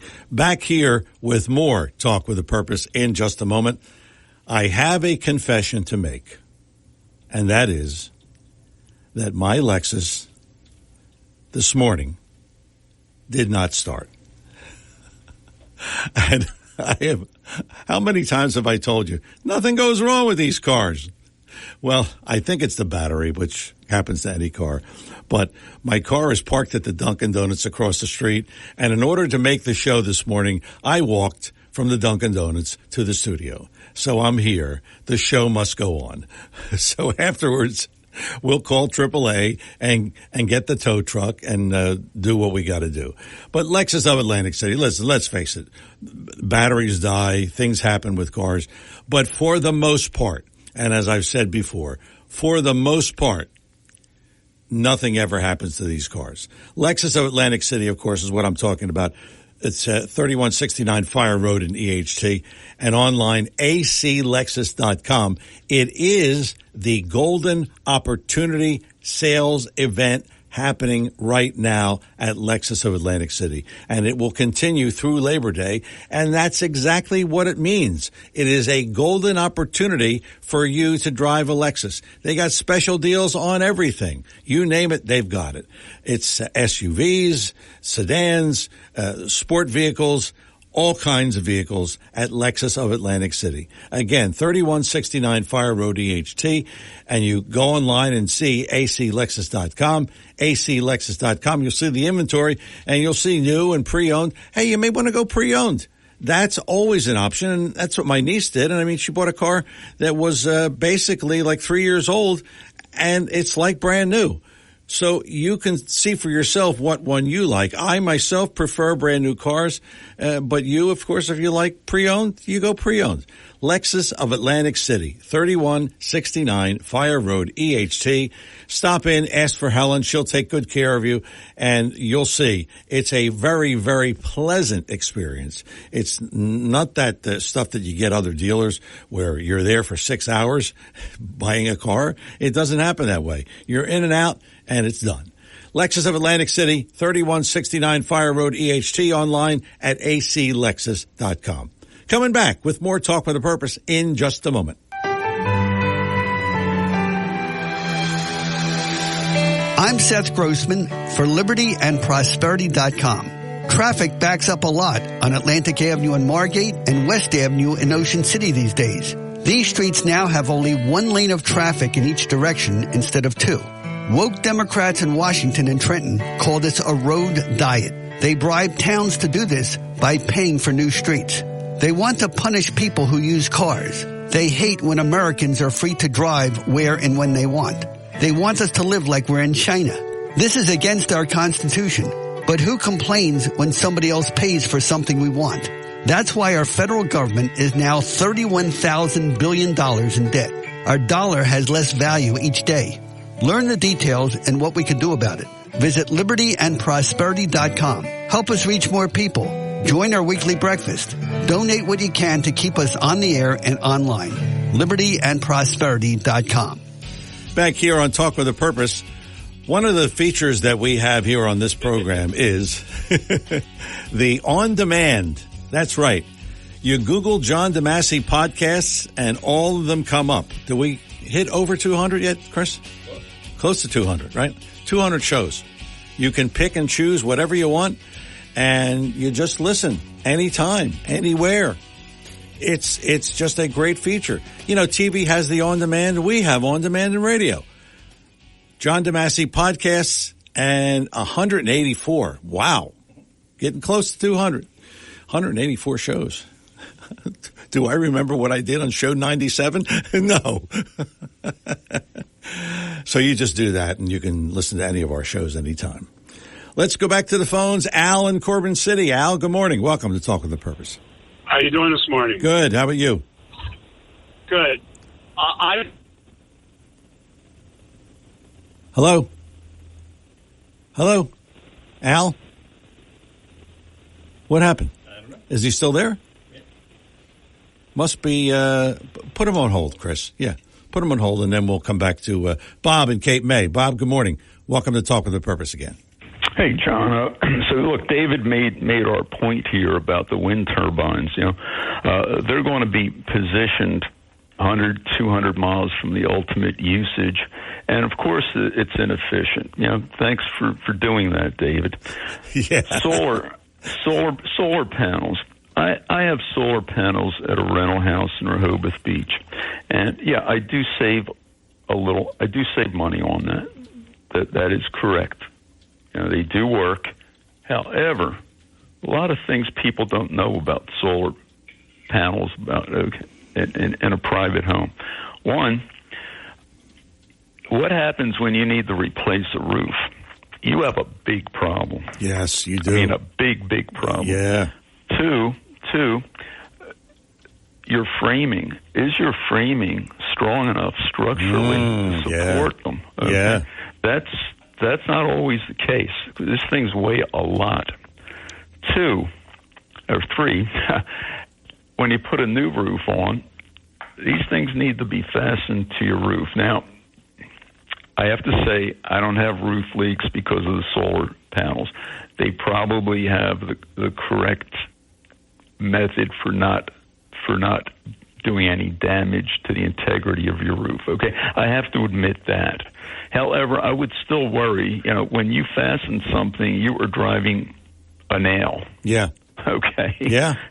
That's one thing. Now, final thing people don't know about here is you've got these solar companies. Okay, they sell you a 25-year lease, which I did not buy. I would never have installed solar panels because I think they're very, very ugly, for one, more than anything. But a 25-year lease is signed, and it is tied to the deed. So it transfers with ownership. And if you, as a new owner of this solar panel house, if you don't like these things, well, guess what you have to do? If you want to remove them before that lease is up, you have to pay up in full. Oh. So every month I pay $123 to this solar company for the lease. And, I as I said, I do save money. I probably save $70 to $100 a month in electricity cost, probably. I don't know for sure. But the point is, if I ever wanted to remove these things, guess what? I'd have to pay for the full balance. Ooh. Not get any of the benefit, but pay the full balance. So there's a lot of things that people need to think about with these solar panels. Now, getting to DeSantis here and the racism that he's accused of. Well, it's the typical left-wing propaganda that the media and these leftist politicians engage in. They take a couple words, they twist them, they distort them, and they come up with a big lie. Yeah. So what DeSantis did in Florida, he put an end to racism. The racism was critical race theory. Yes. Where you have children, you have private businesses compelling white people to admit that started these training sessions, you have to admit that you are implicitly racist, that you have a genetic defect, that you are evil, yes. and you have to apologize for people of color, even though you may be the biggest,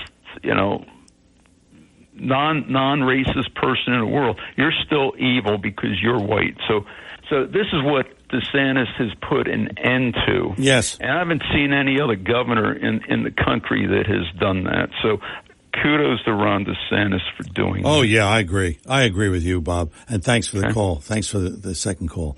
Do we want to try Al again? He's not there. Okay. Craig in Northfield. Craig, good morning. Welcome to Talk with a Purpose again. Well, good morning again. And good morning, Bob. Listen, I just want to say I heard Bob, and when he said only Donald Trump in my mind for president in the future in 2028, that's a long way down the road, don't you think, John? Yeah. Okay. I mean, you don't think that Matt Gaetz is being groomed or anything, do you? No. How about Jim Jordan? No. Okay. And then Tim Scott, if he becomes Donald Trump's vice president, he would make a great president? Well, I do like him. I do like him. Okay. So let me just say this, and in reference to what DeSantis said about the black thing. And I grew up in a multicultural environment. Yes, I know. Okay. So, and lived with black people, Asian people, white people. We all got along. Yeah. And so what I think people aren't understanding, yes, they did learn a trade. However, they learned the trade like I learned how to milk cows. Yeah. Didn't I? Did I learn how to milk cows? Oh, yes, you did. Okay. So now, let me ask you a question, John. Did I want to milk cows? No. Did I have to milk cows? Yes. Did I have to get good at milking cows? Yes. And if I didn't milk the cows fast enough, what would happen to me? You would get demerits. Thank you. And then how many demerits would I get that I wouldn't be able to go anywhere to see my girlfriend? A lot. 3. Okay. Okay. Yeah. So if my bed had a wrinkle in it, 1 demerit. Yeah. Slow milking, a demerit. Late for school, demerit. Bad school. Okay. My point being is, of course, they got good because that weight over them made them good at that trade. That's right. Okay. So that really was, they weren't being whipped, but what? You had to get good. That's right. Or you got whipped. That's right. So that's not really what DeSantis should be saying. Okay, that in my view. That's all. Okay, and yes, the black people did learn a lot of great trades. And then the white people took those trades away from them, okay, when they moved industry out of the cities. Well, that's true. And I'll leave you with that. That's true. Well, that's true. Thank you. Okay. Thanks for the call, Craig. All right, we got Al back. Al, good morning. Welcome back. Hi, how you doing? I just want to say something about solar. I have solar in my house. Yeah. Okay, and you have to be sure, do your due diligence and check your company out. I went with a company that's been around for like 75 years. When they inspected my house, they went in the attic, looked at all my structurals, to make sure they would carry the weight. And, I like having an electric bill of $6. Okay? I would take that. And, and that's what my last bill for last month was $6. And my air conditioning never stops in the house. My wife works a different shift from me. My son works a different shift from me. And I work a different shift. So, and it's not fair for one person to have air conditioning in the house and not the other. Yeah. So, but my bill came in, and this is the second bill I've gotten from them, was $6. Okay? And if you do your due diligence and make sure that you got the right company doing it, by the way, yes, my roof needs to be, number one, they would not put it took me a couple of years to get it on because they wouldn't put it on my roof because the roof wasn't, needed to be replaced. I know, I built the addition, and it was 25 years old. The roof was 25 years old. So, I am not pro, this idea of global warming is bull. It's nonsense. I've been around almost 70 years, and I've seen as hot as this and even hotter. And I work in the kitchen, so I remember when now it's hot. Yeah, okay? Yeah. And so, and these windmills, now that part I will agree with, is the stupidest thing I've ever heard of in my mind. Yeah. How are you going to if something goes wrong with them in the middle of a storm, okay? Yeah. How are you going to go out there and fix them? Yeah. Okay? Yeah, you're not. Come on. Yeah. If it's on land, you got a decent chance.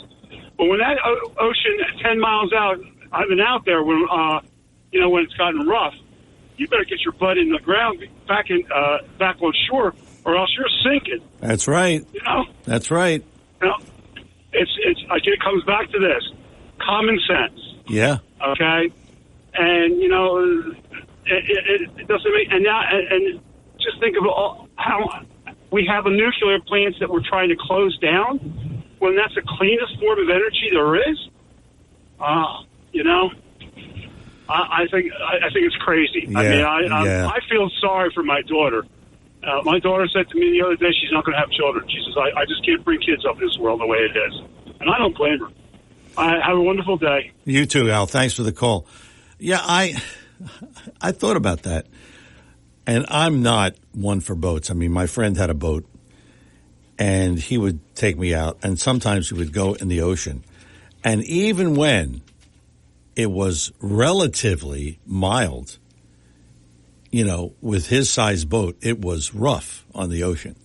So imagine in a storm, you got to go out and fix the windmill. Okay.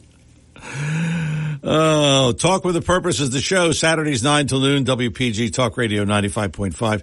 I'm John DeMasi. Good to have you with us. 609-407-1450. Don't forget State Senator Vince Palestina. He represents Atlantic County, and he's going to be with us at 11 o'clock this morning. So we got a lot to talk about with him. We have Greg on the line. We'll talk to him after the break, and maybe you at 609-407-1450. Back with more Talk with a Purpose after these words. The market is up. The market is down. I know from day to day there's a fair amount of volatility. You worry, I worry. We all worry, but not so much when you have a sound financial plan that doesn't depend completely on the market. Hi, I'm Joe Yakovich with this Money Minute. You'll find some real insights in my new book, The Heart of Your Money, Inspiration for Financial Wellness. In this book, I explain in detail how I approach financial planning, retirement, insurance, and many other topics. For a free copy of my book, The Heart of Your Money, simply contact my office at 856-751-1771. That's 856-751-1771. Or you can email me at jyakovich@brokersifs.com. I'm Joe Yakovich with this Money Minute, and thanks for listening. Want to save money in these inflationary times? Write this number down. 855-910-1246. 855-910-1246. Text your number to that number and you'll be part of BF Mazzio's Text Message Club, where you'll receive specials and coupons that will save you money. BF Mazzio, the finest fresh fruit and produce you'll find anywhere. Gift baskets, catering for all occasions, and more. 601 New Road, Northfield. Online at bfmazzio.com. Your WPG Talk Radio 95.5 AccuWeather forecast for South Jersey. Turning cloudy, hot, and humid this afternoon. Couple of showers and a heavy thunderstorm hanging out. Could bring flooding, downpours, hail, and damaging wind gusts. High 96. Clouds breaking with a strong thunderstorm this evening. Could bring some damage. Humid, low 72. Not as hot tomorrow with times of clouds and sunshine. High 85. And Monday, a stray morning shower, partly sunny. High 87. I'm AccuWeather's Ruth O'Brien on WPG Talk Radio 95.5. Back here on Talk with a Purpose. Again, if you want to email me during the week, jdadv1@comcast.net. jdadv1@comcast.net. And of course, you can always like us on Facebook. Our Facebook address is @TalkWithAPurpose.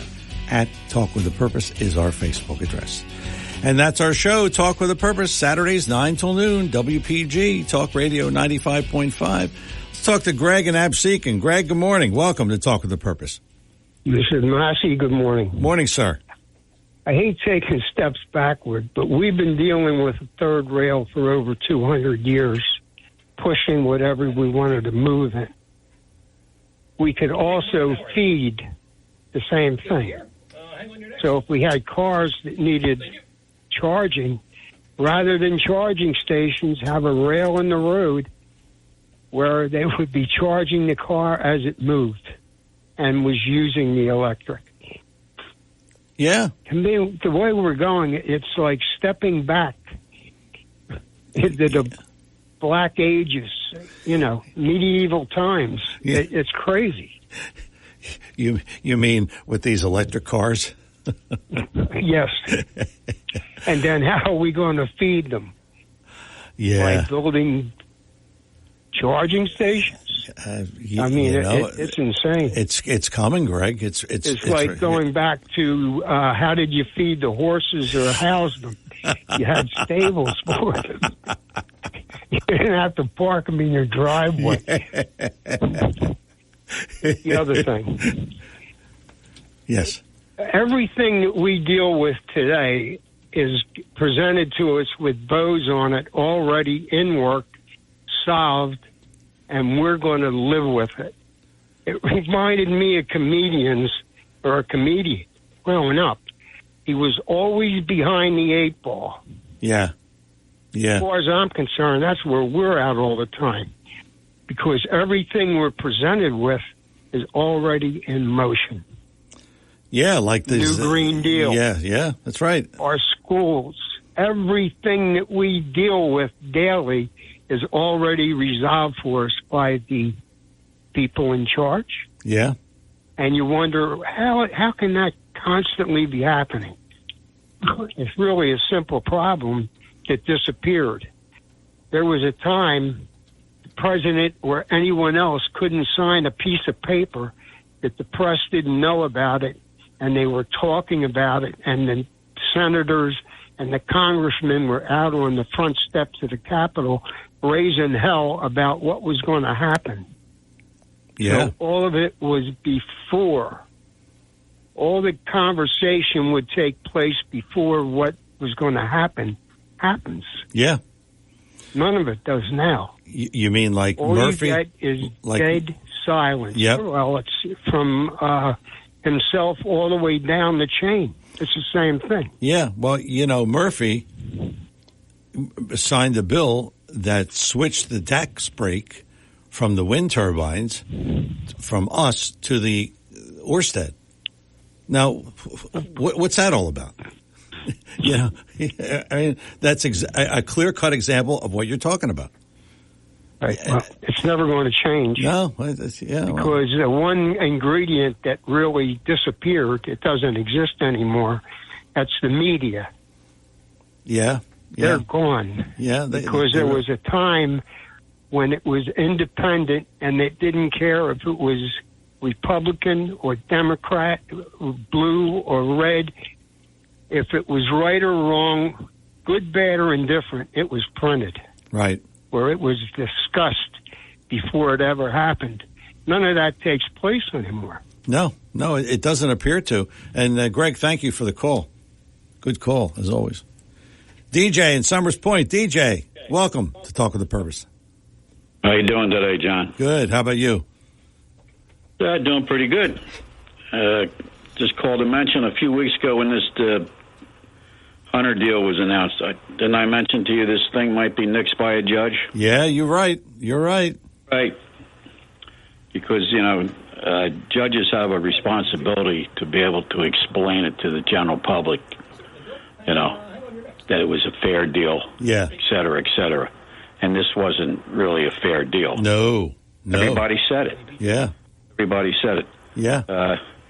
You go back and you look at famous people, and Hunter Biden is famous people. He's a celebrity, whatever you want to call him. Famous and celebrity people have gone to jail. Yeah, they have. I mean, Pete Rose went to jail for a lot less. Yes, he did. A little chump change that he didn't claim. Yeah. Signing autographs and stuff. Yeah. At the same time, he's paid almost $2 million in taxes, but he still went to jail for 4 months. Yeah. So you just got to laugh at times. And even, remember that Helmsley woman? Yes. Queen of Mean? Yes. All the money she had, she still went to jail. Yeah, she did. Yeah. So you got to be fair. And I'm getting tired of hearing this was a Trump-appointed judge. Well, she was. Presidents appoint and nominate for judgeships. Yeah. At the federal level. Yeah, they do. But who approves them? Do they just go sit right on the bench and start hearing cases? No. Who has to approve them? The Senate. Yes, right. That's right. So blame the Senate. Yeah. And you know what? The Delaware senators who were sitting at the time approved her nomination. Yeah. So everybody on that, shut up. That's the press. Yeah. That is the press. You notice this one thing. They never say it was an Obama-appointed judge, or it was a George Bush-appointed judge, or it was somebody else. But if it was a Trump-appointed judge, they always say it was a Trump-appointed judge. Absolutely. And the thing is, judge appointments are, even in the state level, are ran by the state Senate. In New Jersey, you get nominated for Superior Court judgeship, say in Cape May County or Atlantic County. Yeah. You just don't go sit on the bench. Yeah. Right? That's right. You have to be approved by the State Judiciary Committee and then a vote of the Senate. That's right. So if something goes wrong in your opinion, don't really yell at the government. Yell at the Senate. Maybe they didn't do a background check, or they didn't go into this person's credentials enough. Yeah. But it happens at not only the federal level, but it does happen at the state level. Yeah. So we'll see what happens. Yeah. It should be interesting. Thanks for the call, DJ. Appreciate it as always. Bill in Ocean City. Bill, good morning. Welcome to Talk with a Purpose. Hey, John. How you doing? I was wondering, Hunter Biden lived in Delaware. Yes. When all his tax evasion occurred. And his daddy could pardon him for any federal tax crimes he gets convicted of, but could the state of Delaware prosecute him for tax evasion?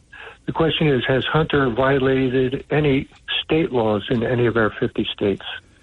Because that's how they tried to go after Trump. Yeah. In New York. They go at the state level because he couldn't pardon himself while he's president. Yeah.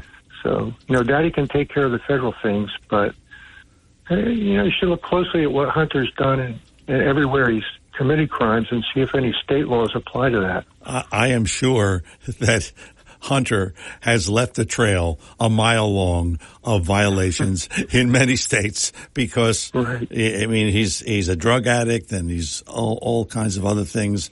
I mean, his life is just a mess. But so, yeah, I would think that if they wanted to find it, I think they could. But I don't know if they had. Yeah. Well, now they're trying to hide the crimes of someone who's actually committed them instead of trying to find crimes for an innocent man. Yeah. And that's how people see it. Yeah. It's obvious. Yeah, it is obvious. But we'll see what happens with this thing. It should be interesting because the judge didn't agree to it, so they got to go back to the drawing board. Bill, thanks a lot for the call. Appreciate it. Mary in Marlton. Mary, good morning. Welcome to Talk with a Purpose. Good morning. New Jersey is a state where the governor signed executive orders that would make New Jersey totally reliant on renewables by 2035.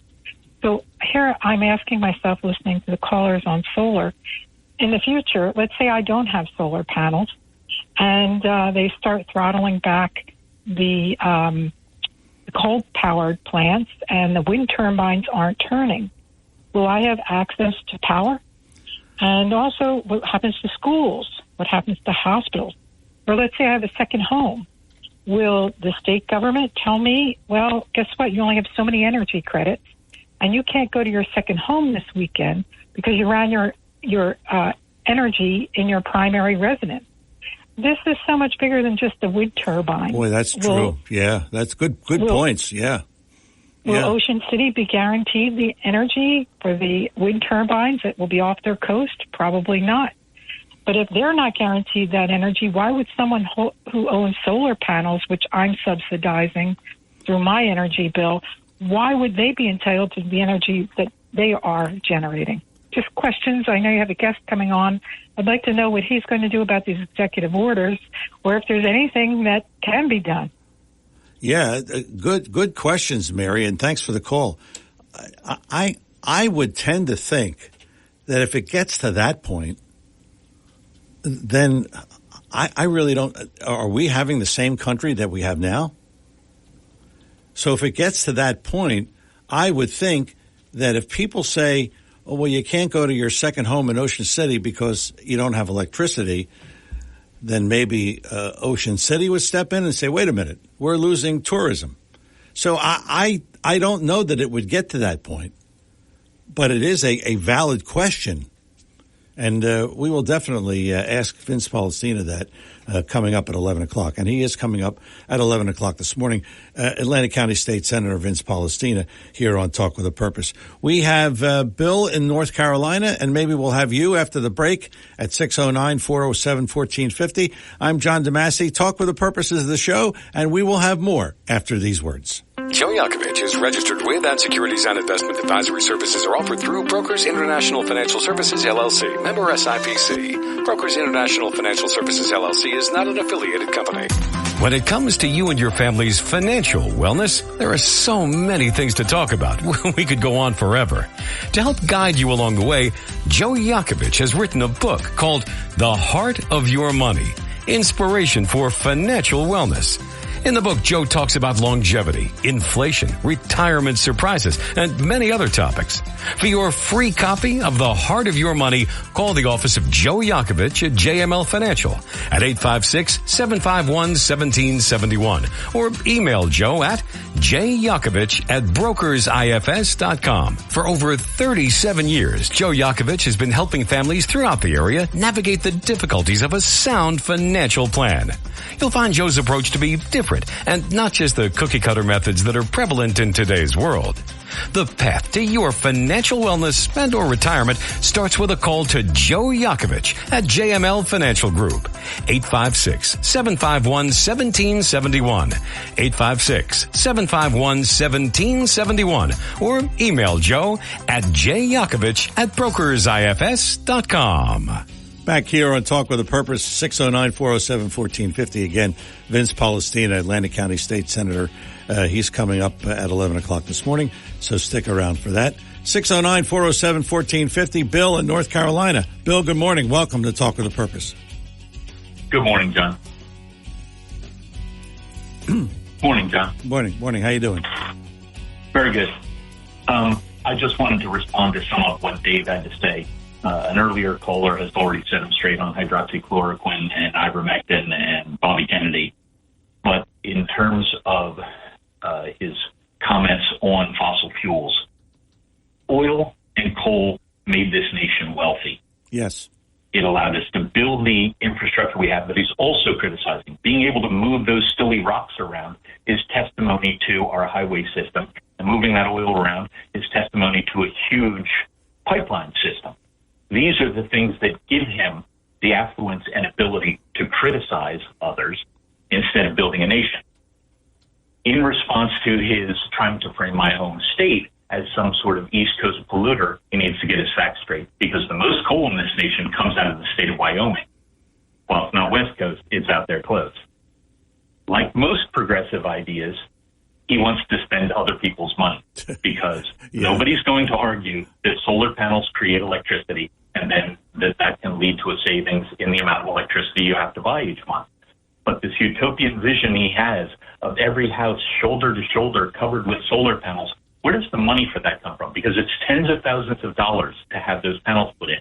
Whether it's the model described by, I believe it was Bob earlier, where you're leasing it from a company and somehow obligating the next owner of your home to this long-term lease, or you're laying out $40,000 or $50,000 for the panels up front in order to gain $100 and some per month in savings, there's still a huge outlay. There's not the infrastructure or the money to put solar panels on every home in this nation and suddenly wire them up shoulder to shoulder, as if the leakage of electrical resistance in the lines is the problem this country has.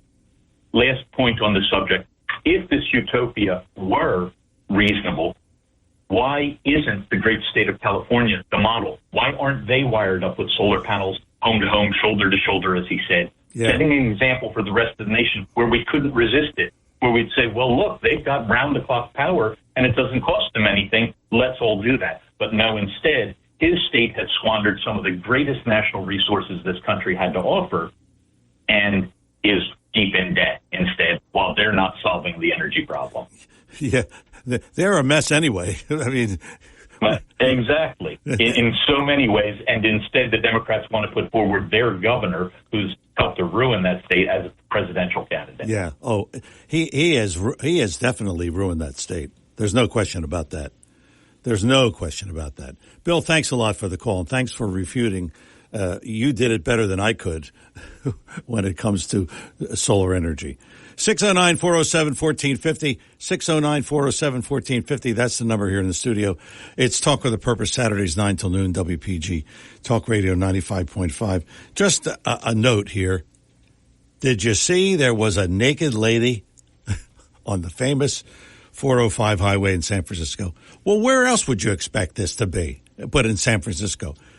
There was a naked lady. She was out in the middle of the 405. She was naked, and she had a gun. And she was shooting at cars. Only in California. So they arrested her, and they didn't charge her with anything yet. Let's see. Maybe indecent exposure. And if you saw her, thanks to Kevin for sending me that video. There she was. She's just kind of walking along, and cars are stopping, and she's shooting, and I can't believe that. Maybe we'll see that one day in Atlantic City. Who knows? Oh, you can't make this stuff up. Really, you can't. But if you could go on the internet all day and search for stuff like this, it would be really an interesting way to go about it. Just a word on this. Another week, another Trump indictment. Yeah, okay, it was. Donald Trump faced new charges Thursday in the case of him illegally possessing classified documents.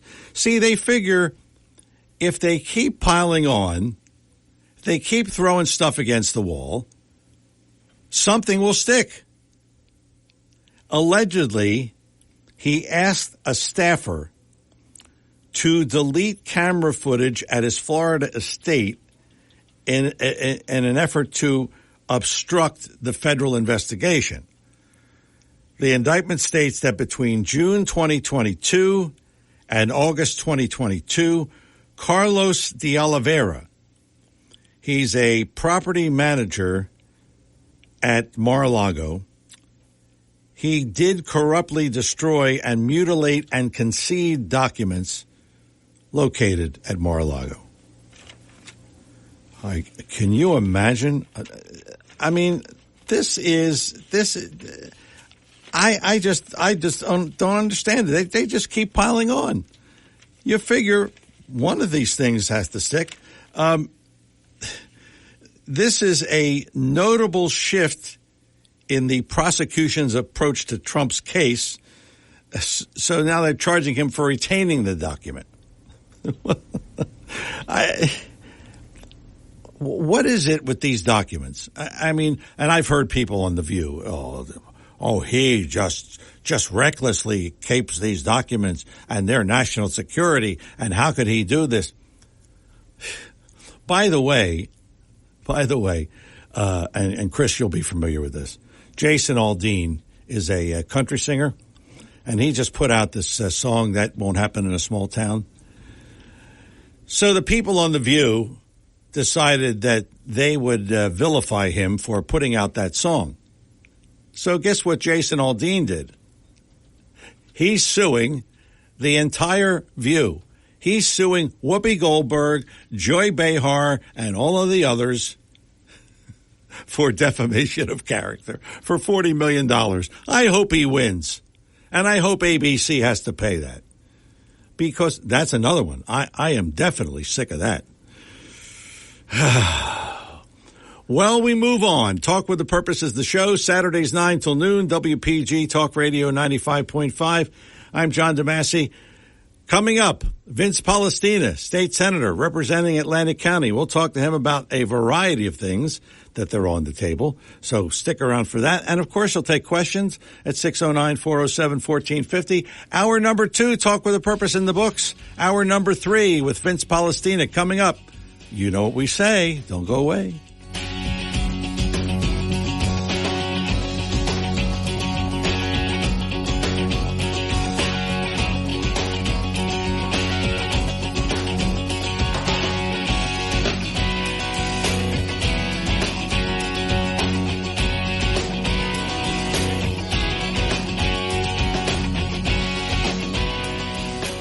95.5 FM and 1450 AM WPGG Atlantic City. WENJ HD3 Millville, a Town Square media station. WPG Talk Radio 95.5 presents Talk with a Purpose. Join the conversation by calling 609-407-1450. Now, the host of Talk with a Purpose, John DeMasi. Hour number 3, Talk with a Purpose, every Saturday, 9 till noon, WPG Talk Radio 95.5. I'm John DeMasi. We are pleased to have with us as our guest this hour State Senator Vince Polistina. He is our senator from Atlantic County, and he is on the line with us. Welcome, Senator Polistina, to the program. Good morning, John. Great to be here. Thanks for having me on, and great to talk with you and your listeners. Thank you. Thanks for coming on. All right, you want to get the tough one out of the way first? Absolutely. Let's do it. So here's what I understand. That you and Claire Swift and Don Guardian voted for Phil Murphy's budget. So the first question is that true? And why did you vote for it? Yeah, so both years that we have served, the three of us, Don Guardian, Claire Swift, and I, did vote in favor of the state budget. The governor proposes a budget in February each year, and then the legislature gets it, moves through the legislative process, and ultimately the legislature adopts a budget in June of each year, which, hopefully then the governor signs. So, it's the criticism has come on the amount of spending, and certainly, if it were a Republican budget or, Republicans were in control or we had a greater role in crafting the budget, certainly we would produce a different document than what ultimately was adopted. But, I think on balance, you have to look at the impact of the budget on the residents of Atlantic County. And so we looked at the budget both years and determined that on balance that, first of all, the budget was going to pass with the Democratic votes they have in the legislature. So you're looking at a situation where the budget was going to pass regardless of what we did. And we looked at whether we thought the budget was good for the people of Atlantic County. And on balance, both years, given, the property tax relief program that has been initiated, obviously property taxes in this state have been a burden for people for so long, and the anchor program finally gave them some relief, started the conversation about property tax reform. The additional education funding coming to Atlantic County, $47 million this year is going to have a huge impact on our educational system and hopefully allow some of our municipalities to lower the property taxes in these various towns. We also got a restoration of some of the energy receipts taxes, statewide that state was previously taking, not giving back to municipalities. We had a restoration of $75 million last year, another $75 million this year. And so there were a number of areas, not even talking about some of the local projects, which we'll get to, but just a statewide perspective on the budget, no tax increases, no fee increases, a lot of money coming in from the federal government, of course, as a result of the pandemic and COVID. So the budgets were higher than they ordinarily would have been, but on balance, decided that these budgets were a good document for the people of Atlantic County and going to result in some structural changes and more support for municipalities, hopefully lowering of property taxes, and on balance decided the right thing would be to vote for the budget. So then you looked at this thing, and I would think that you figured that you're getting something in return, at least your residents, Atlantic County, they're getting something out of this. Is that true? It is true. And I think you've seen my focus since I've been there, John. It's a little less than 2 years now. Last year there were only 3 Republicans in the legislature that voted in favor of the budget, the 3 of us here in District 2. This year there were 9. And so you've seen, you saw a little increase in Republican support this year. You have seen me here in Atlantic County, Don, Claire, and I. We know that gaming is kind of at its limit. We're going to do everything we can to protect the existing properties in Atlantic City.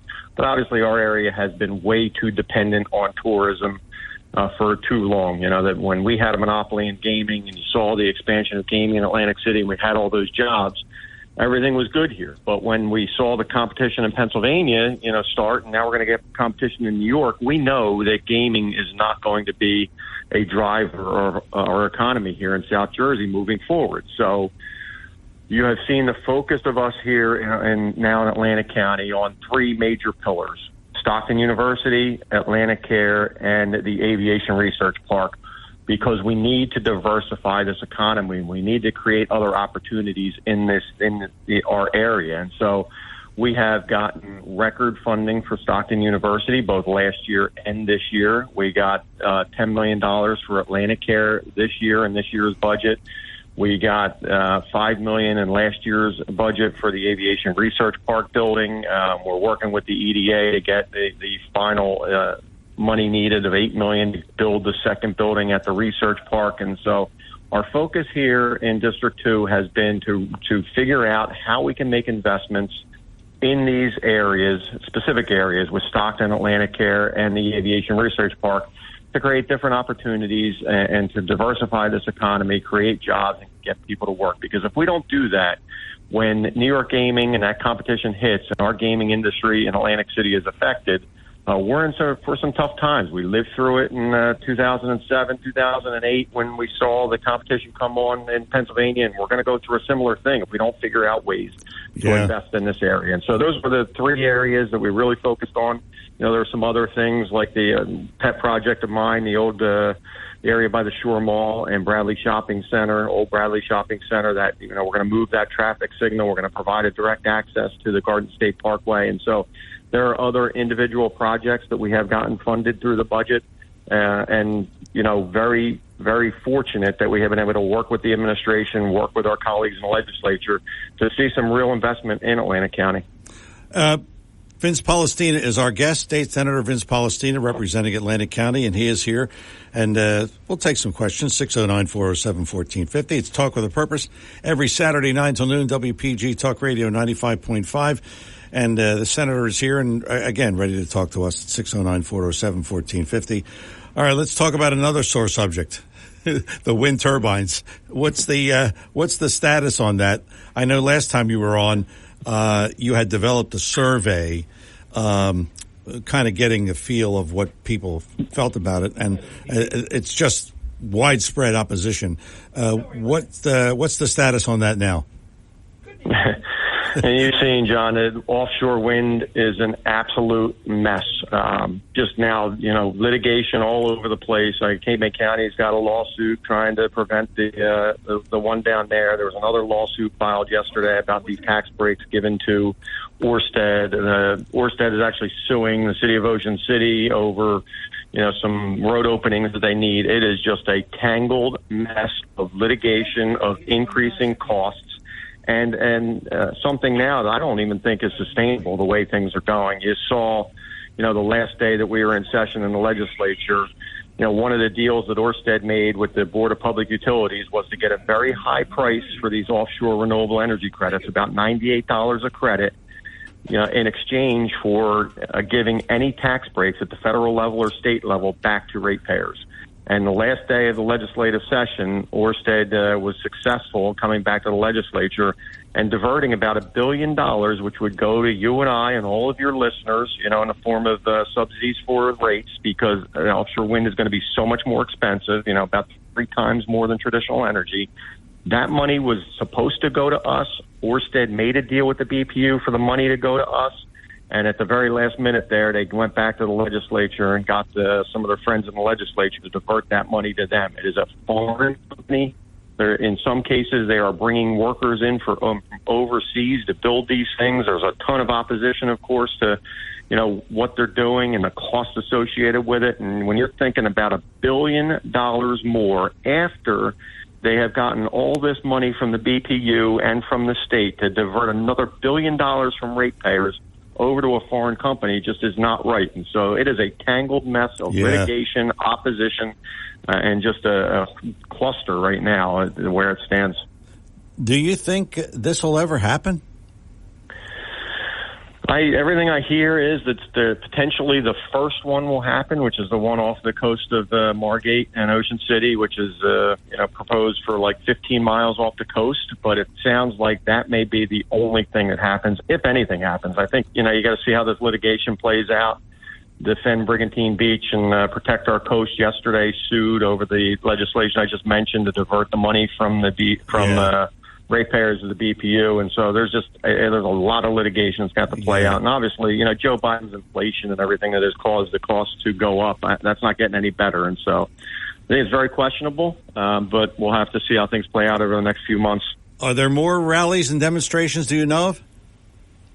There are rallies and demonstrations all the time, so I don't know. Obviously, there was a hearing this week, a lot of opposition that was there. We don't have any that we have planned on our docket, but of course, Congressman Van Drew has been a leader in this, Cape May County, and so we're unquestionably going to see more rallies and more, public events to try to educate people about what is going on and what the ultimate costs are going to be. That's the real question that many of us have been asking. What is the ultimate cost of everything you are doing?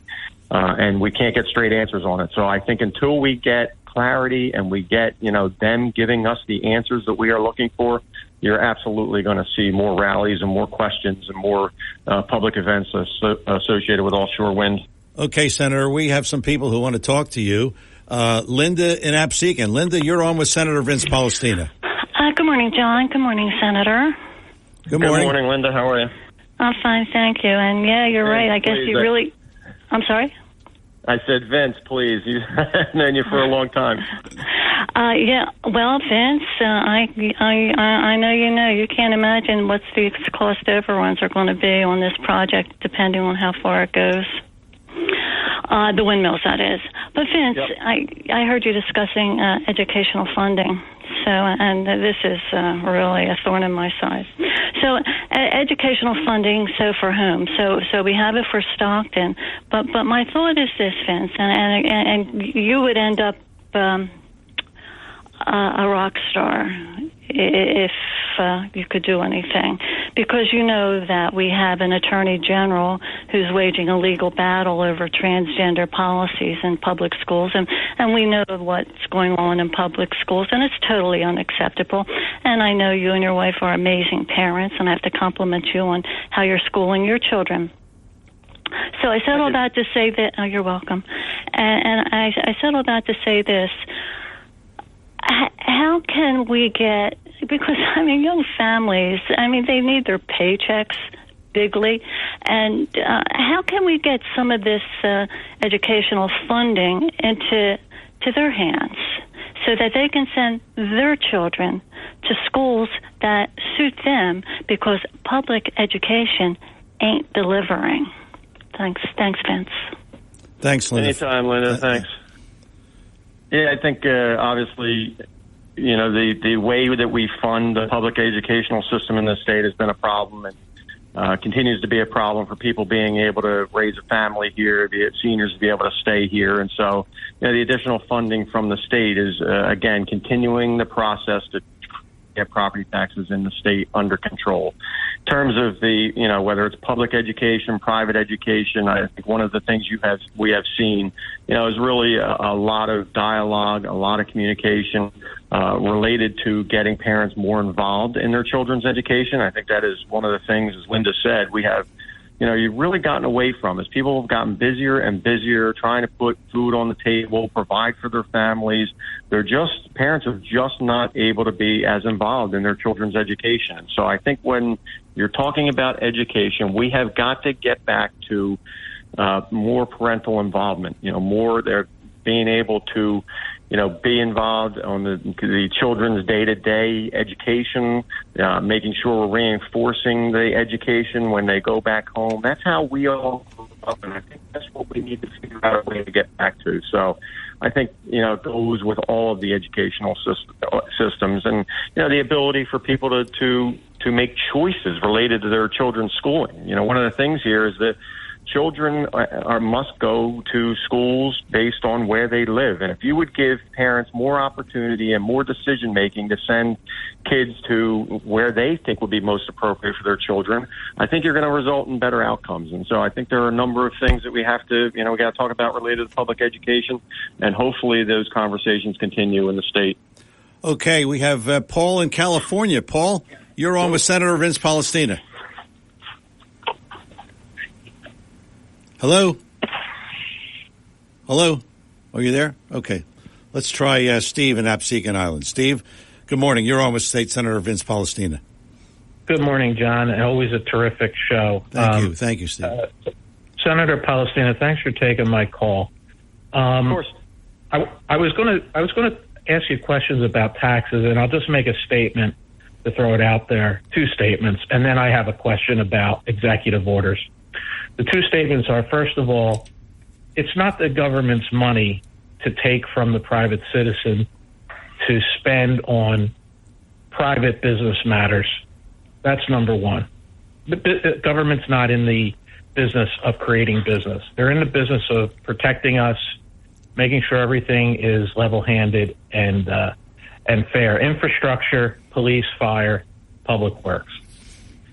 With that said, you can't reduce taxes unless you reduce spending, and there's got to be a cap on the overall tax rate, income tax rate, and real estate tax rate. All right, I made my 2 comments. My question about executive order, and I got to know, when we were under the pandemic, there was a lot of problems with Governor Murphy, creating executive orders that went unchecked, that went forever until he was ready to lift the executive order. Most notably about the churches and synagogues and the mosques. You couldn't go and worship in congregation, but he was able to say the liquor stores could be open. Yeah. and he had all of these preferential treatments about large box stores versus mom and pop stores, and the mask, and you need to get the injection if you want to work. You have to take medicine that you don't need or don't want. It's your body. You can't have it both ways. Saying it's your body when it comes to abortion, but it's not your body when it comes to injections.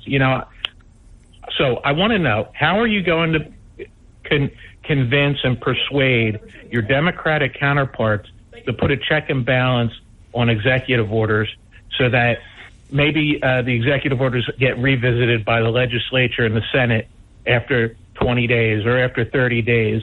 And then if it's deemed that the executive order is not needed by the Assembly and the Senate, it gets overturned, and that's it.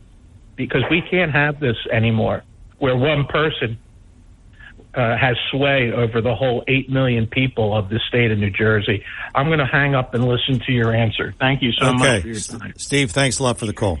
Senator? Yeah, great point, Steve. And obviously, as we saw in the pandemic, the governor is not the king, and the legislature is there for a reason. We represent the 40 districts in the state and are more representative of the people because, we're closer to them in the communities where we live. And so I think what you saw in the pandemic, initially when there was so much unknown and so much fright, I think that the governor has got to have the ability to do the things that are necessary to protect people. And so I think, early on when there was just so much uncertainty, I think that the executive orders have got to be in place to have a role. But I think Steve is absolutely right. And I think the Democrats do agree with this because, they serve in the legislature just like all of us down here. And I think that everyone agrees that the legislature has got to have a role, that the executive orders maybe need to be put in place for a short period of time. If you're talking 15 days, 30 days, the governor needs to have that ability to deal with response to natural disasters or emergencies or, the pandemic. But the legislature has got to then convene and decide whether they need to continue. And I think that is something that certainly we'll be talking to our Democratic and Republican colleagues about and hopefully building support, because I think that should be part of what we have here in New Jersey to make sure that we don't have a single person making decisions just on his beliefs and not bringing in other voices into the conversation. Okay, we are coming up on a break here. State Senator Vince Palestina from Atlantic County. He is here on the phone with us and ready to talk to you at 609-407-1450. We have Carl, we have Frank on the line, and I have more questions for Senator Palestina. 609-407-1450. I'm John DeMasi. More Talk with a Purpose with the Senator after these words. When it comes to you and your family's financial wellness, there are so many things to talk about. We could go on forever. To help guide you along the way, Joe Yakovich has written a book called The Heart of Your Money, Inspiration for Financial Wellness. In the book, Joe talks about longevity, inflation, retirement surprises, and many other topics. For your free copy of The Heart of Your Money, call the office of Joe Yakovich at JML Financial at 856-751-1771 or email Joe at jyakovich@brokersifs.com. For over 37 years, Joe Yakovich has been helping families throughout the area navigate the difficulties of a sound financial plan. You'll find Joe's approach to be different and not just the cookie-cutter methods that are prevalent in today's world. The path to your financial wellness and or retirement starts with a call to Joe Yakovich at JML Financial Group. 856-751-1771. 856-751-1771. Or email Joe at jyakovich@brokersifs.com. Joe Yakovich is registered with and securities and investment advisory services are offered through Brokers International Financial Services, LLC. Member SIPC. Brokers International Financial Services, LLC is not an affiliated company. Want to save money in these inflationary times? Write this number down. 855-910-1246. 855-910-1246. Text your number to that number and you'll be part of BF Mazzio's Text Message Club, where you'll receive specials and coupons that will save you money. BF Mazzio, the finest fresh fruit and produce you'll find anywhere. Gift baskets, catering for all occasions, and more. 601 New Road, Northfield. Online at bfmazzio.com. We are back here on Talk with a Purpose with State Senator Vince Polistina. And we'll give out his number in his office if you want to contact him in the office, 609-677-8266, 609-677-8266. And the website, njleg.state.newjersey.us. You want to go through all of that? I would just call him 609-677-8266. I'm simple. I like to just pick up the phone and call you. Okay. I like it when people call me too. Believe me, it's much better than seeing some of the stuff you see online sometimes. That's right. That's right. Okay, 609-407-1450, our number here in the studio. State Senator Vince Polistina is our guest here on the show. I just want to ask you, back to these wind turbines. Have you, and since you're a member of the Tourism Committee, are you concerned that if these things are up, that's going to affect tourism? Did that ever cross your mind? Absolutely. Obviously, as I mentioned earlier, we are very dependent on the tourism industry here in Atlantic County. When it relates to the gaming industry, when it relates to Absecon Island and some of our shore communities, we depend on tourism. And so there have been some studies that speak to a potential loss of tourism activity if these things are built, and you see the industrialization of our oceans, right? Visible from the shore. And so that is always a consideration you're looking at, because we cannot do things down here. We're faced with gaming competition, obviously faced with a lot of competition for tourism activity and tourism dollars. We can't do things that would impact our tourism economy. We got to do things that would enhance our tourism economy. And so we read those studies. We talk to some of the professionals in the industry all the time, trying to make sure that we're not going to ultimately do things that are going to affect that. We can't. We're too dependent on it to do things that are going to lose our tourism activity here. I agree, and I've said that many times. In fact, I want to tell you what a woman told me in my doctor's office in Marlton. She's from Philadelphia, and she said, those wind things, are they up yet? I'm not coming to the shore. I'm not going to pay to look at those things. So I want to know, are they up yet? I mean, of course, they're not up yet, but you follow me? That's the mentality. Yeah, exactly. Yeah, exactly. That's the mentality from a lot of people. And there have been some studies up and down the coast, from Cape May all the way up to Monmouth County, looking at the coast and looking at the potential loss of tourism dollars. We can't do it. So that is always a consideration. There was actually, some talk in June of this year when the legislation was ongoing. There was some talk about moving them further offshore with some of the leaders in the legislature. So hopefully those talks are ongoing. So if they do shove these things down our throat, at least push them out further so that they're not visible from the shore and actually impacting our tourism economy. Yeah. Okay, we're going to go back to the phones. Carl is in Stone Harbor. Carl, you're on with State Senator Vince Palestina. Hello, everyone. Thank you for taking my call. Hey, just going back to those wind turbines, that's not why I called, but I don't really believe that whole I'm not coming to the shore because of windmills and I can't sit on the beach. I think that really what the marketing and the push should be that, and Senator, or one of you said it, it's going to cost 3 times as much in energy. And so right down here in Stone Harbor, I know it's Stone Harbor, but, people are getting like $15,000 a week.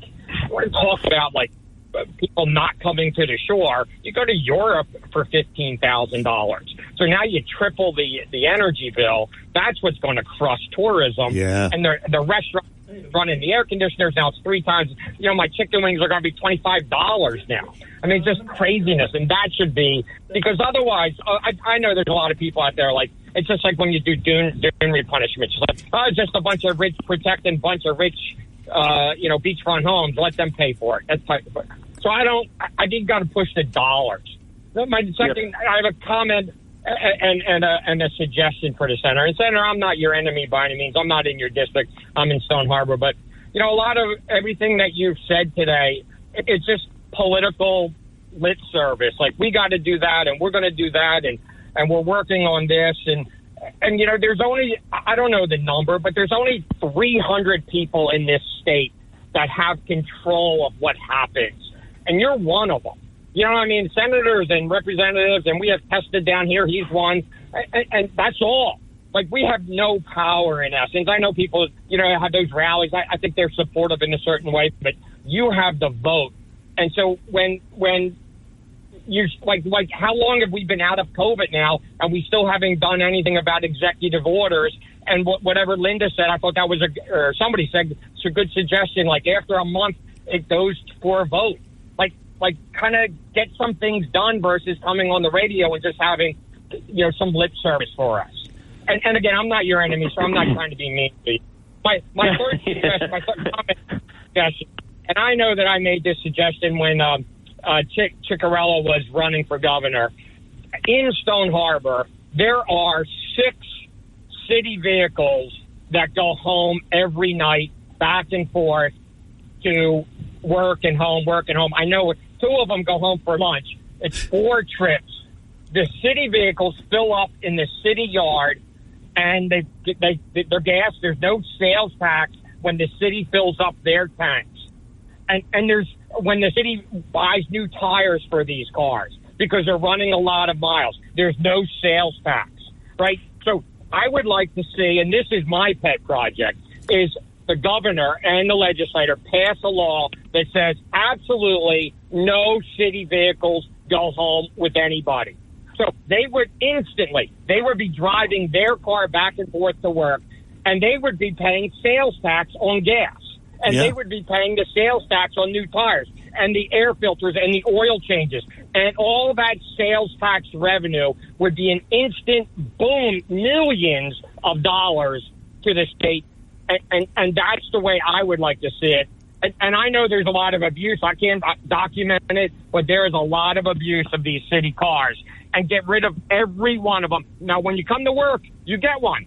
Work all day. Here's your city car, city truck. But when you go home, you get in your personal vehicle. That's right. And that's what you drive back and forth. And you pay it like everybody else. And that's millions of dollars in sales tax revenue. Carl, thanks. Last comment, Thanks for the call, Carl. Thanks for the call. Well, what do you say to that, Senator? There's a lot there. I mean, first of all, I think Carl is right about the cost of the offshore wind and the generation of that electricity. Obviously, John, we think about it in the context of some of our industry in Atlantic City, because when you think about, tripling cost of energy from some of the Atlantic City casinos, the casinos are already challenged with some of the things going on. And so if you're talking about tripling energy costs, that is going to have a crippling effect on them. And so we think about in that context all the time and talk to the association. I'm very concerned about it. We're brick and mortar revenue in Atlantic City has been kind of flat since the pandemic. It's not really going up. Obviously, the city has many challenges, and we got to continue to work on them. But absolutely, I think Carl is right. The cost is most critical factor at this point. In terms of, talking about this and that on the radio, he's down in Stone Harbor. We have gotten a ton of stuff done here in Atlantic County, John. And, I've been there for a little less than 2 years. I've gotten the Atlantic County prosecutor in place, Will Reynolds, done it with Governor Murphy's support, got 5 superior. Build our bench at a time when you see all these vacancies and not being able to do trials statewide. We had all of our vacancies filled in short order, again, with the support of the governor and the legislature. Gotten a number of appointments on the Stockton board. We've been successful working with Atlantic Care, building relationships with Stockton and Atlantic Care, continuing to work on those things. We have just gotten John Amadeo appointed to the SJTA board, working with the CRDA board. And so we have a number of success stories in addition to all of the investments that I mentioned earlier. And so when you look at Atlantic County, in contrast to some of these other areas in the state, there is a tremendous story to tell for what we have gotten done in Atlantic County. And Carl, if you ever want to sit down and talk about it and hear, what the priorities have been here and what we have gotten done, again, John gave the number out. Feel free to call me. I'm happy to have a conversation about it, because there have been so many things and so many accomplishments we have done here in Atlantic County that, I believe are going to benefit the county long term. And so always happy to talk about that. In terms of the cars, I think he's right. Some of the public workers and some of the people taking them home, he's absolutely right. I think some of the, emergency service personnel, when you're talking about police specifically, I think you probably, want to see some of those cars in some of our communities. And so I don't think all of them is necessarily right, but I think he's definitely right that there's some abuse there and we should curtail that. And, we'll take a look at what we can do in the legislature to clean some of that stuff up. And he mentioned, you're coming on the radio and it's talking points and all of that. You are one of, 300 in the legislature or whatever? 120. 120. You're one of 120. What does he want you to do? That was my question. I mean, what does he want you to say? I mean, you can only say what you did or what you're going to do, and you do it, and that's it, and you move on. I never understood that. It's just one of those things, Oh, well, you ought to do this or you ought to do that, but. That's my pet peeve on that. Yeah, one of 120, and look, there's no talking points. I mean, I'll take any call that anybody wants to call in with and answer the question. So I don't know, I don't steer talking points and prepped answers when you go on the radio. This is you hear what I feel and what I believe, and right. Always happy to be interactive. And as I mentioned to you, you get more interaction than some of the other programs, which I think is great. People getting involved and staying educated and communicating, I think, is a wonderful thing for society. Okay, we are coming up on a break, Senator, and we'll have Frank in Ventnor, and Rich Barely wants to talk to you as well. 609-407-1450. I'm John DeMasi. Talk with a Purpose is the show.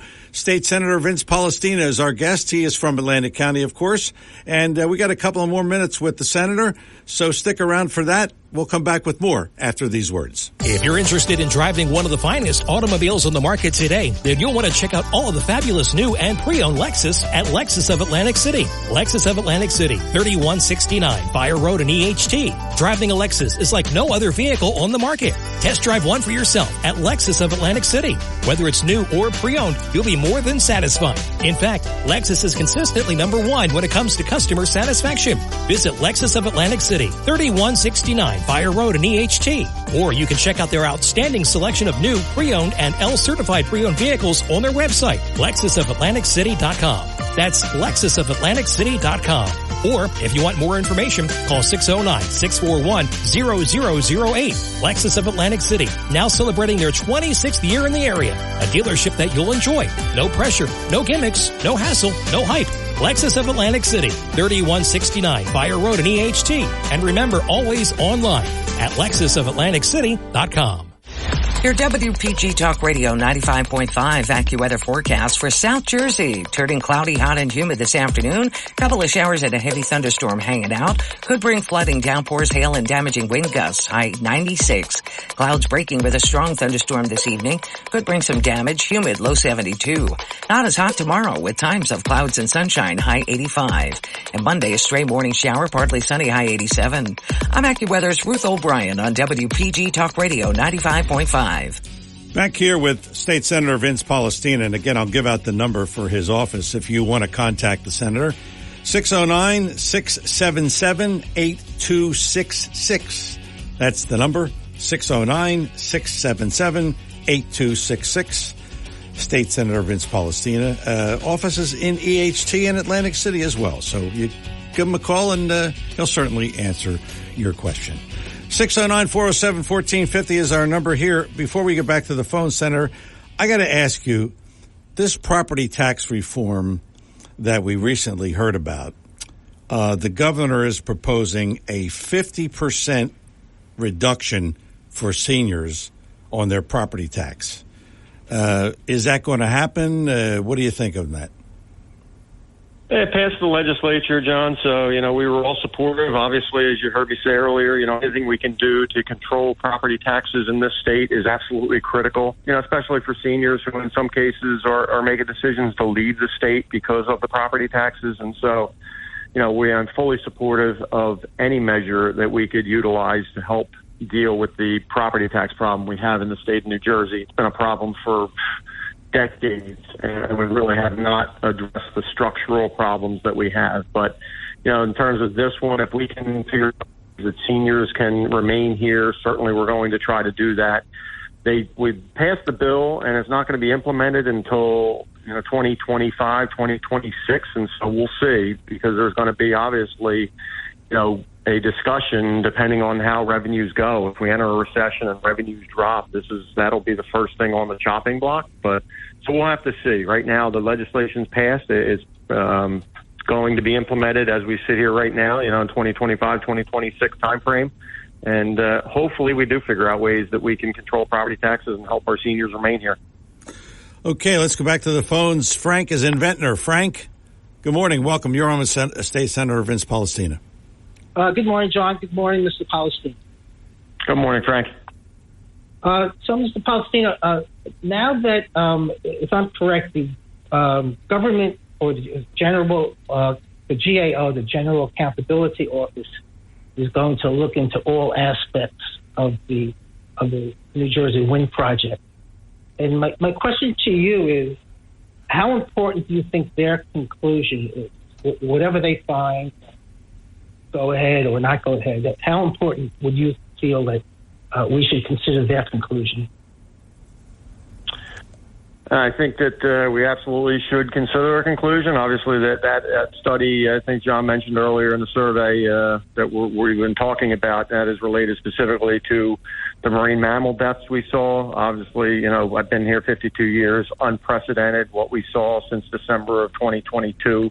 And so now they are looking at whether there is any correlation between some of the activity going on. And remember, there was both sonar and drilling going on at the time period we were talking about when we started seeing whales and dolphins wash up on our shores. And so I absolutely think that our federal, agents need to look at any potential correlation.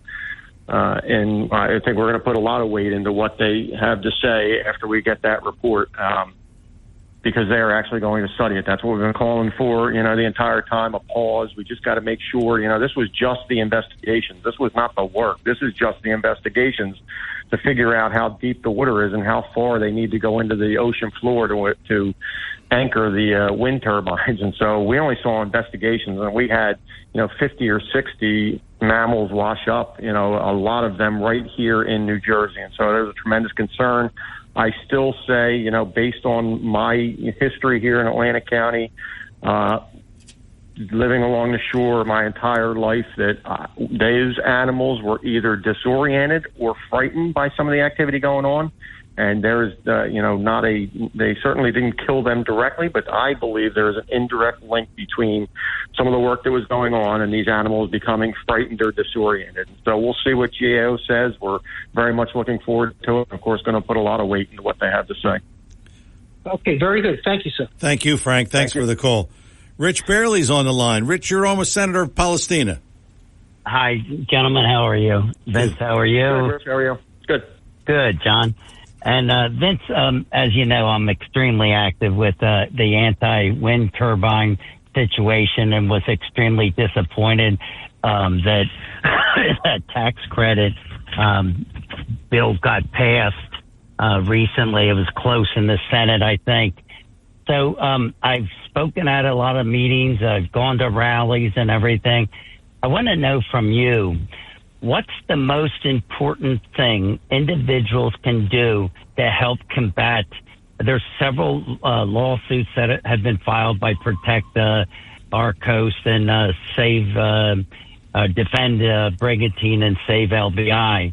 But for the individual, from your perspective, what's the most effective thing individuals can do to help stop these windmills?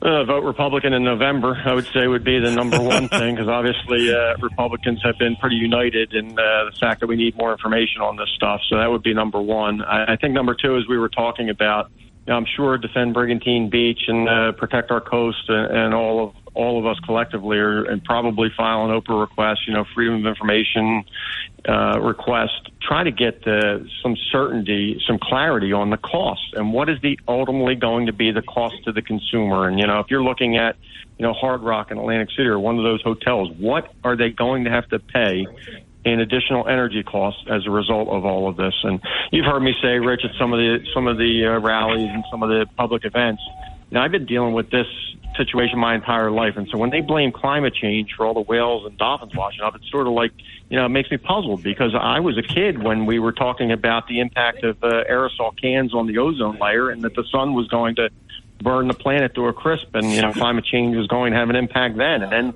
you dealt with the acid rain situation, and now they've kind of, always follow the money, and they've kind of utilized now this situation with the emissions to try to monetize it, and, a lot of people making money off of it. And so I think, like Carl said in Stone Harbor, I think the key critical component we all need to do is get some clarity and some certainty on the costs of what we're doing offshore.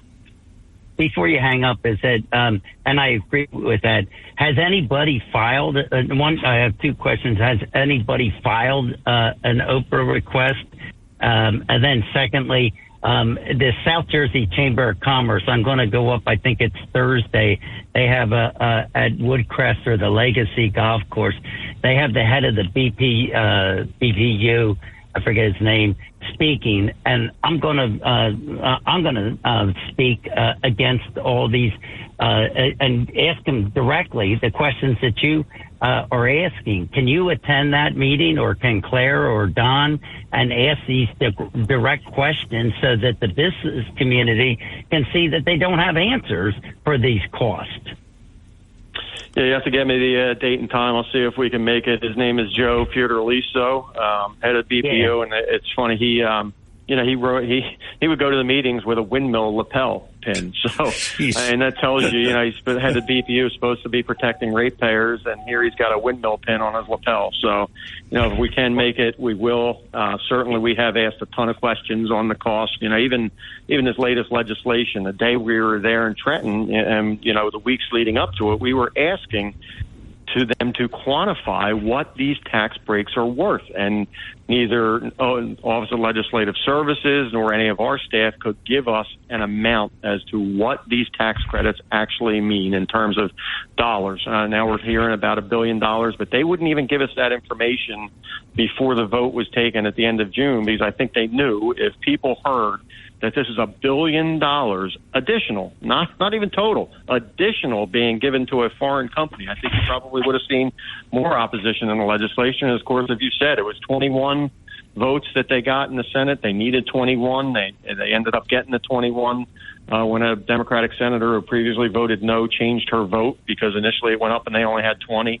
I don't know what they did to get her to change her vote, but this was, not a certainty that last day in June. And I think if people knew it was $1 billion, you might have had a different outcome. Well, that's so. If you can attend that and ask these direct questions, and when the wind's not blowing, and the cost of the energy, and the impact, and if you and I and a couple other people, because people are afraid to speak up, and you're not one of them, you'll speak up. And if you could attend that meeting on Thursday up there, I think that would be good so that people, when he doesn't have answers, at least the business community can see that, and then so maybe they can get engaged and figure out that this guy doesn't know what the heck he does. He's got an agenda. agenda along with the other that's right. Democrats out That's there. right. They have an agenda That's right. to shut. I mean, the governor has an agenda to make everything, win energy or, by, what is it, 2035? I mean, it's insane. Yeah. I mean, you got nuclear energy that's proven and clean that we should be using, but we need to fight hard, and that's we got to take them to the mat on Thursday. But and figure out how to get that message out and what message out to get more people involved. It's insane that more people aren't involved, on this issue and how it's going to irreversibly affect all of us. All right, Rich, thanks for the call. Rodney in EHT. Rodney, good morning. You're on with Senator Vince Palestina. Yes, I do believe that there were operatives that destroyed the Beasley's Point power station by blowing it up, and I'm concerned about that. And I think that Beasley's Point power station should be reinstalled, either as it originally was, burning coal and burning trash, which was a good way to get rid of trash in the first place, or to replace it with a nuclear power station. Yeah, it's interesting, Rodney. You recall, those of us that have been here for a while, as it relates to Beasley's Point, there was a natural gas pipeline proposed for Route 50. It was going to be in the shoulder of the road. It was absolutely not going to impact the Pinelands at all, and the environmental groups stopped it. We would have had a natural gas pipeline going to Beasley's Point. We would have redeveloped Beasley's Point to provide clean natural gas. Environmentalists stopped it, probably related to the same agenda that they got going on, to try to, get us off of gas and go all electric. But yes. Are you Vincent Palestina? Yes, I am. Oh, yes. And there's another concern that I am concerned about, that there are certain people that they consider that the winter time is not a valid season, and they were going to close down these campgrounds because they said the winter is not a time when people can enjoy the winter time. That's ridiculous. Yeah, I think the campgrounds, the campgrounds are supposed to be like transient lodging, and so they just don't want people, full time because they're supposed to have a certain period of stay and then leave. So I don't know that it's necessarily related to winter time. Obviously, you can enjoy our areas in the winter as well. But I think that that they can't become year-round residents in the campgrounds. So we'll see how the municipalities enforce that provision. Rodney, thanks for the call. Bob in Cape May. Bob, you're on with Senator Palestina. Hey, Senator, thanks for coming on the air here. Look, point I want to make here is the high tax rate in New Jersey, right? It's all attributed to the out-of-control spending, and it's just an untenable situation. We're mimicking California and New York, which has lost huge tax revenue, believe it or not, because of the high tax rates. The high tax rates are caused by the huge spending. And New Jersey is third behind California and New York in losing tax revenue because taxpayers are voting with their feet. They're leaving the state and they're going to where else? Florida and Texas. Florida has, in the last year, they've taken in another $12.4 billion in tax revenue, and it's in large amount due to the great economic activity there that the great governors helped foster, but also with high-income tax earners moving to the state. So what we're doing in New Jersey is just untenable. We keep forcing our high-income earners, people with high net worth, we keep essentially telling them, you're not wanted here. And the governor's outright, and he even said it. He was honest enough to say it. This governor said, if high taxes are your problem, then maybe New Jersey is not your state. So Senator, what I'm telling you is, you gave reasonable reasons, I understand, for voting for this budget, but really, we need to do better. I don't think any Republican should vote for this budget because in New Jersey, spending is out of control. It's just as bad as New York and California. My final point is, and I've said it before many times, New York State has double the state budget that Florida has, yet they have millions of less people. So why is Florida doing so well? It's because for decades they've had good government who's controlled spending. We don't have that in New Jersey. We just don't have it. All right, Bob, thanks for the call. Senator? Yeah, I mean, I think Bob is absolutely right, and that's what I said initially.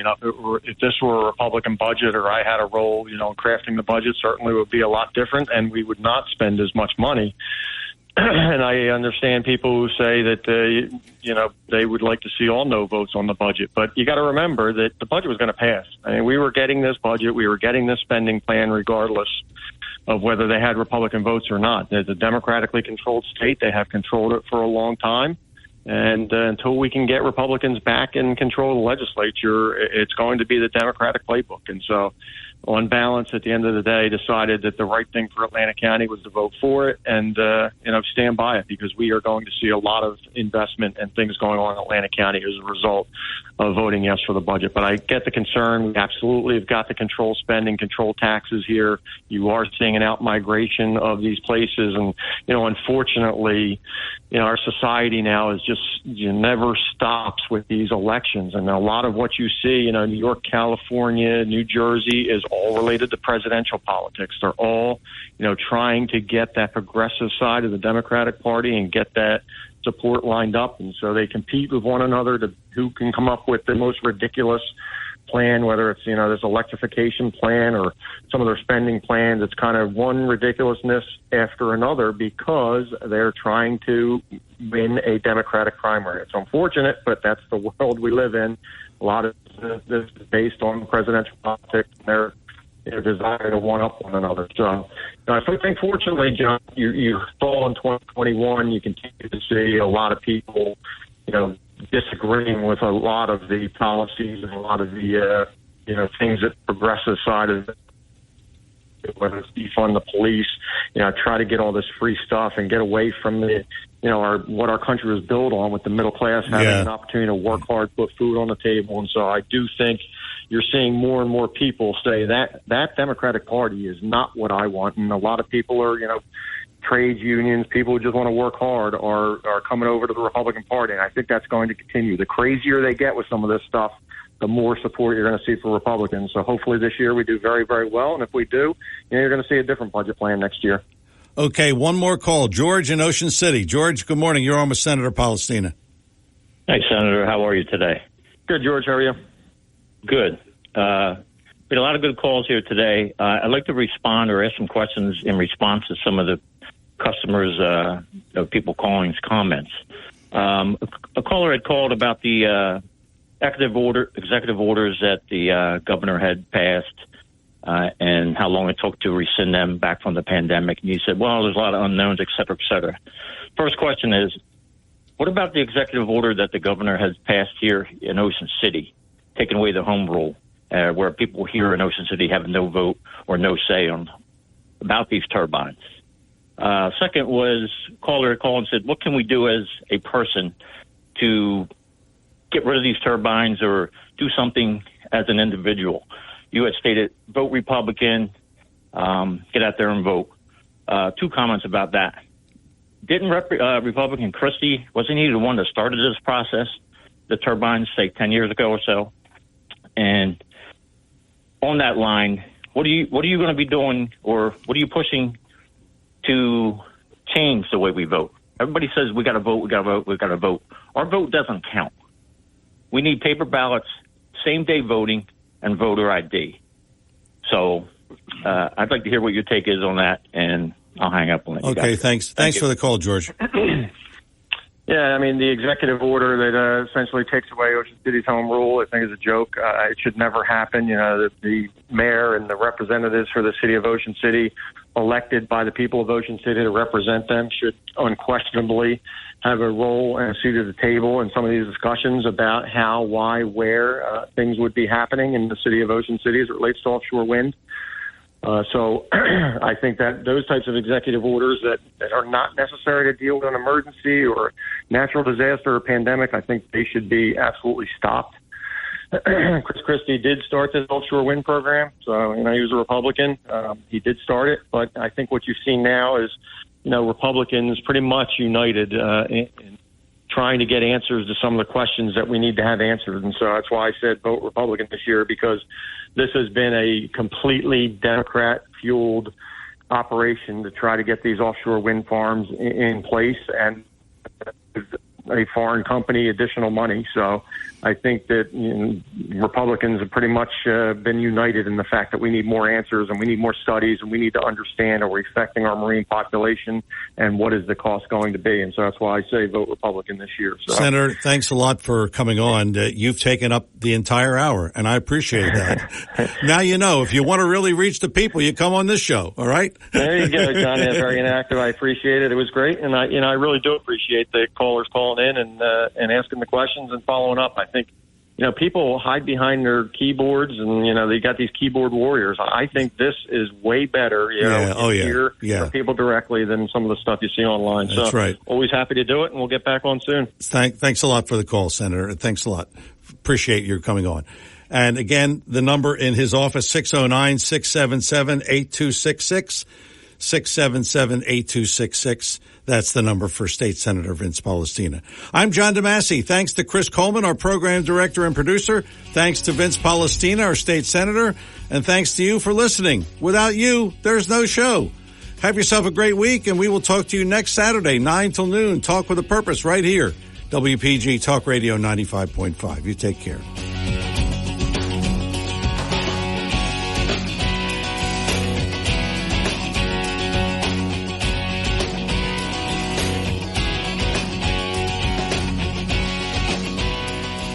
The preceding program was paid for and presented by John DeMasi.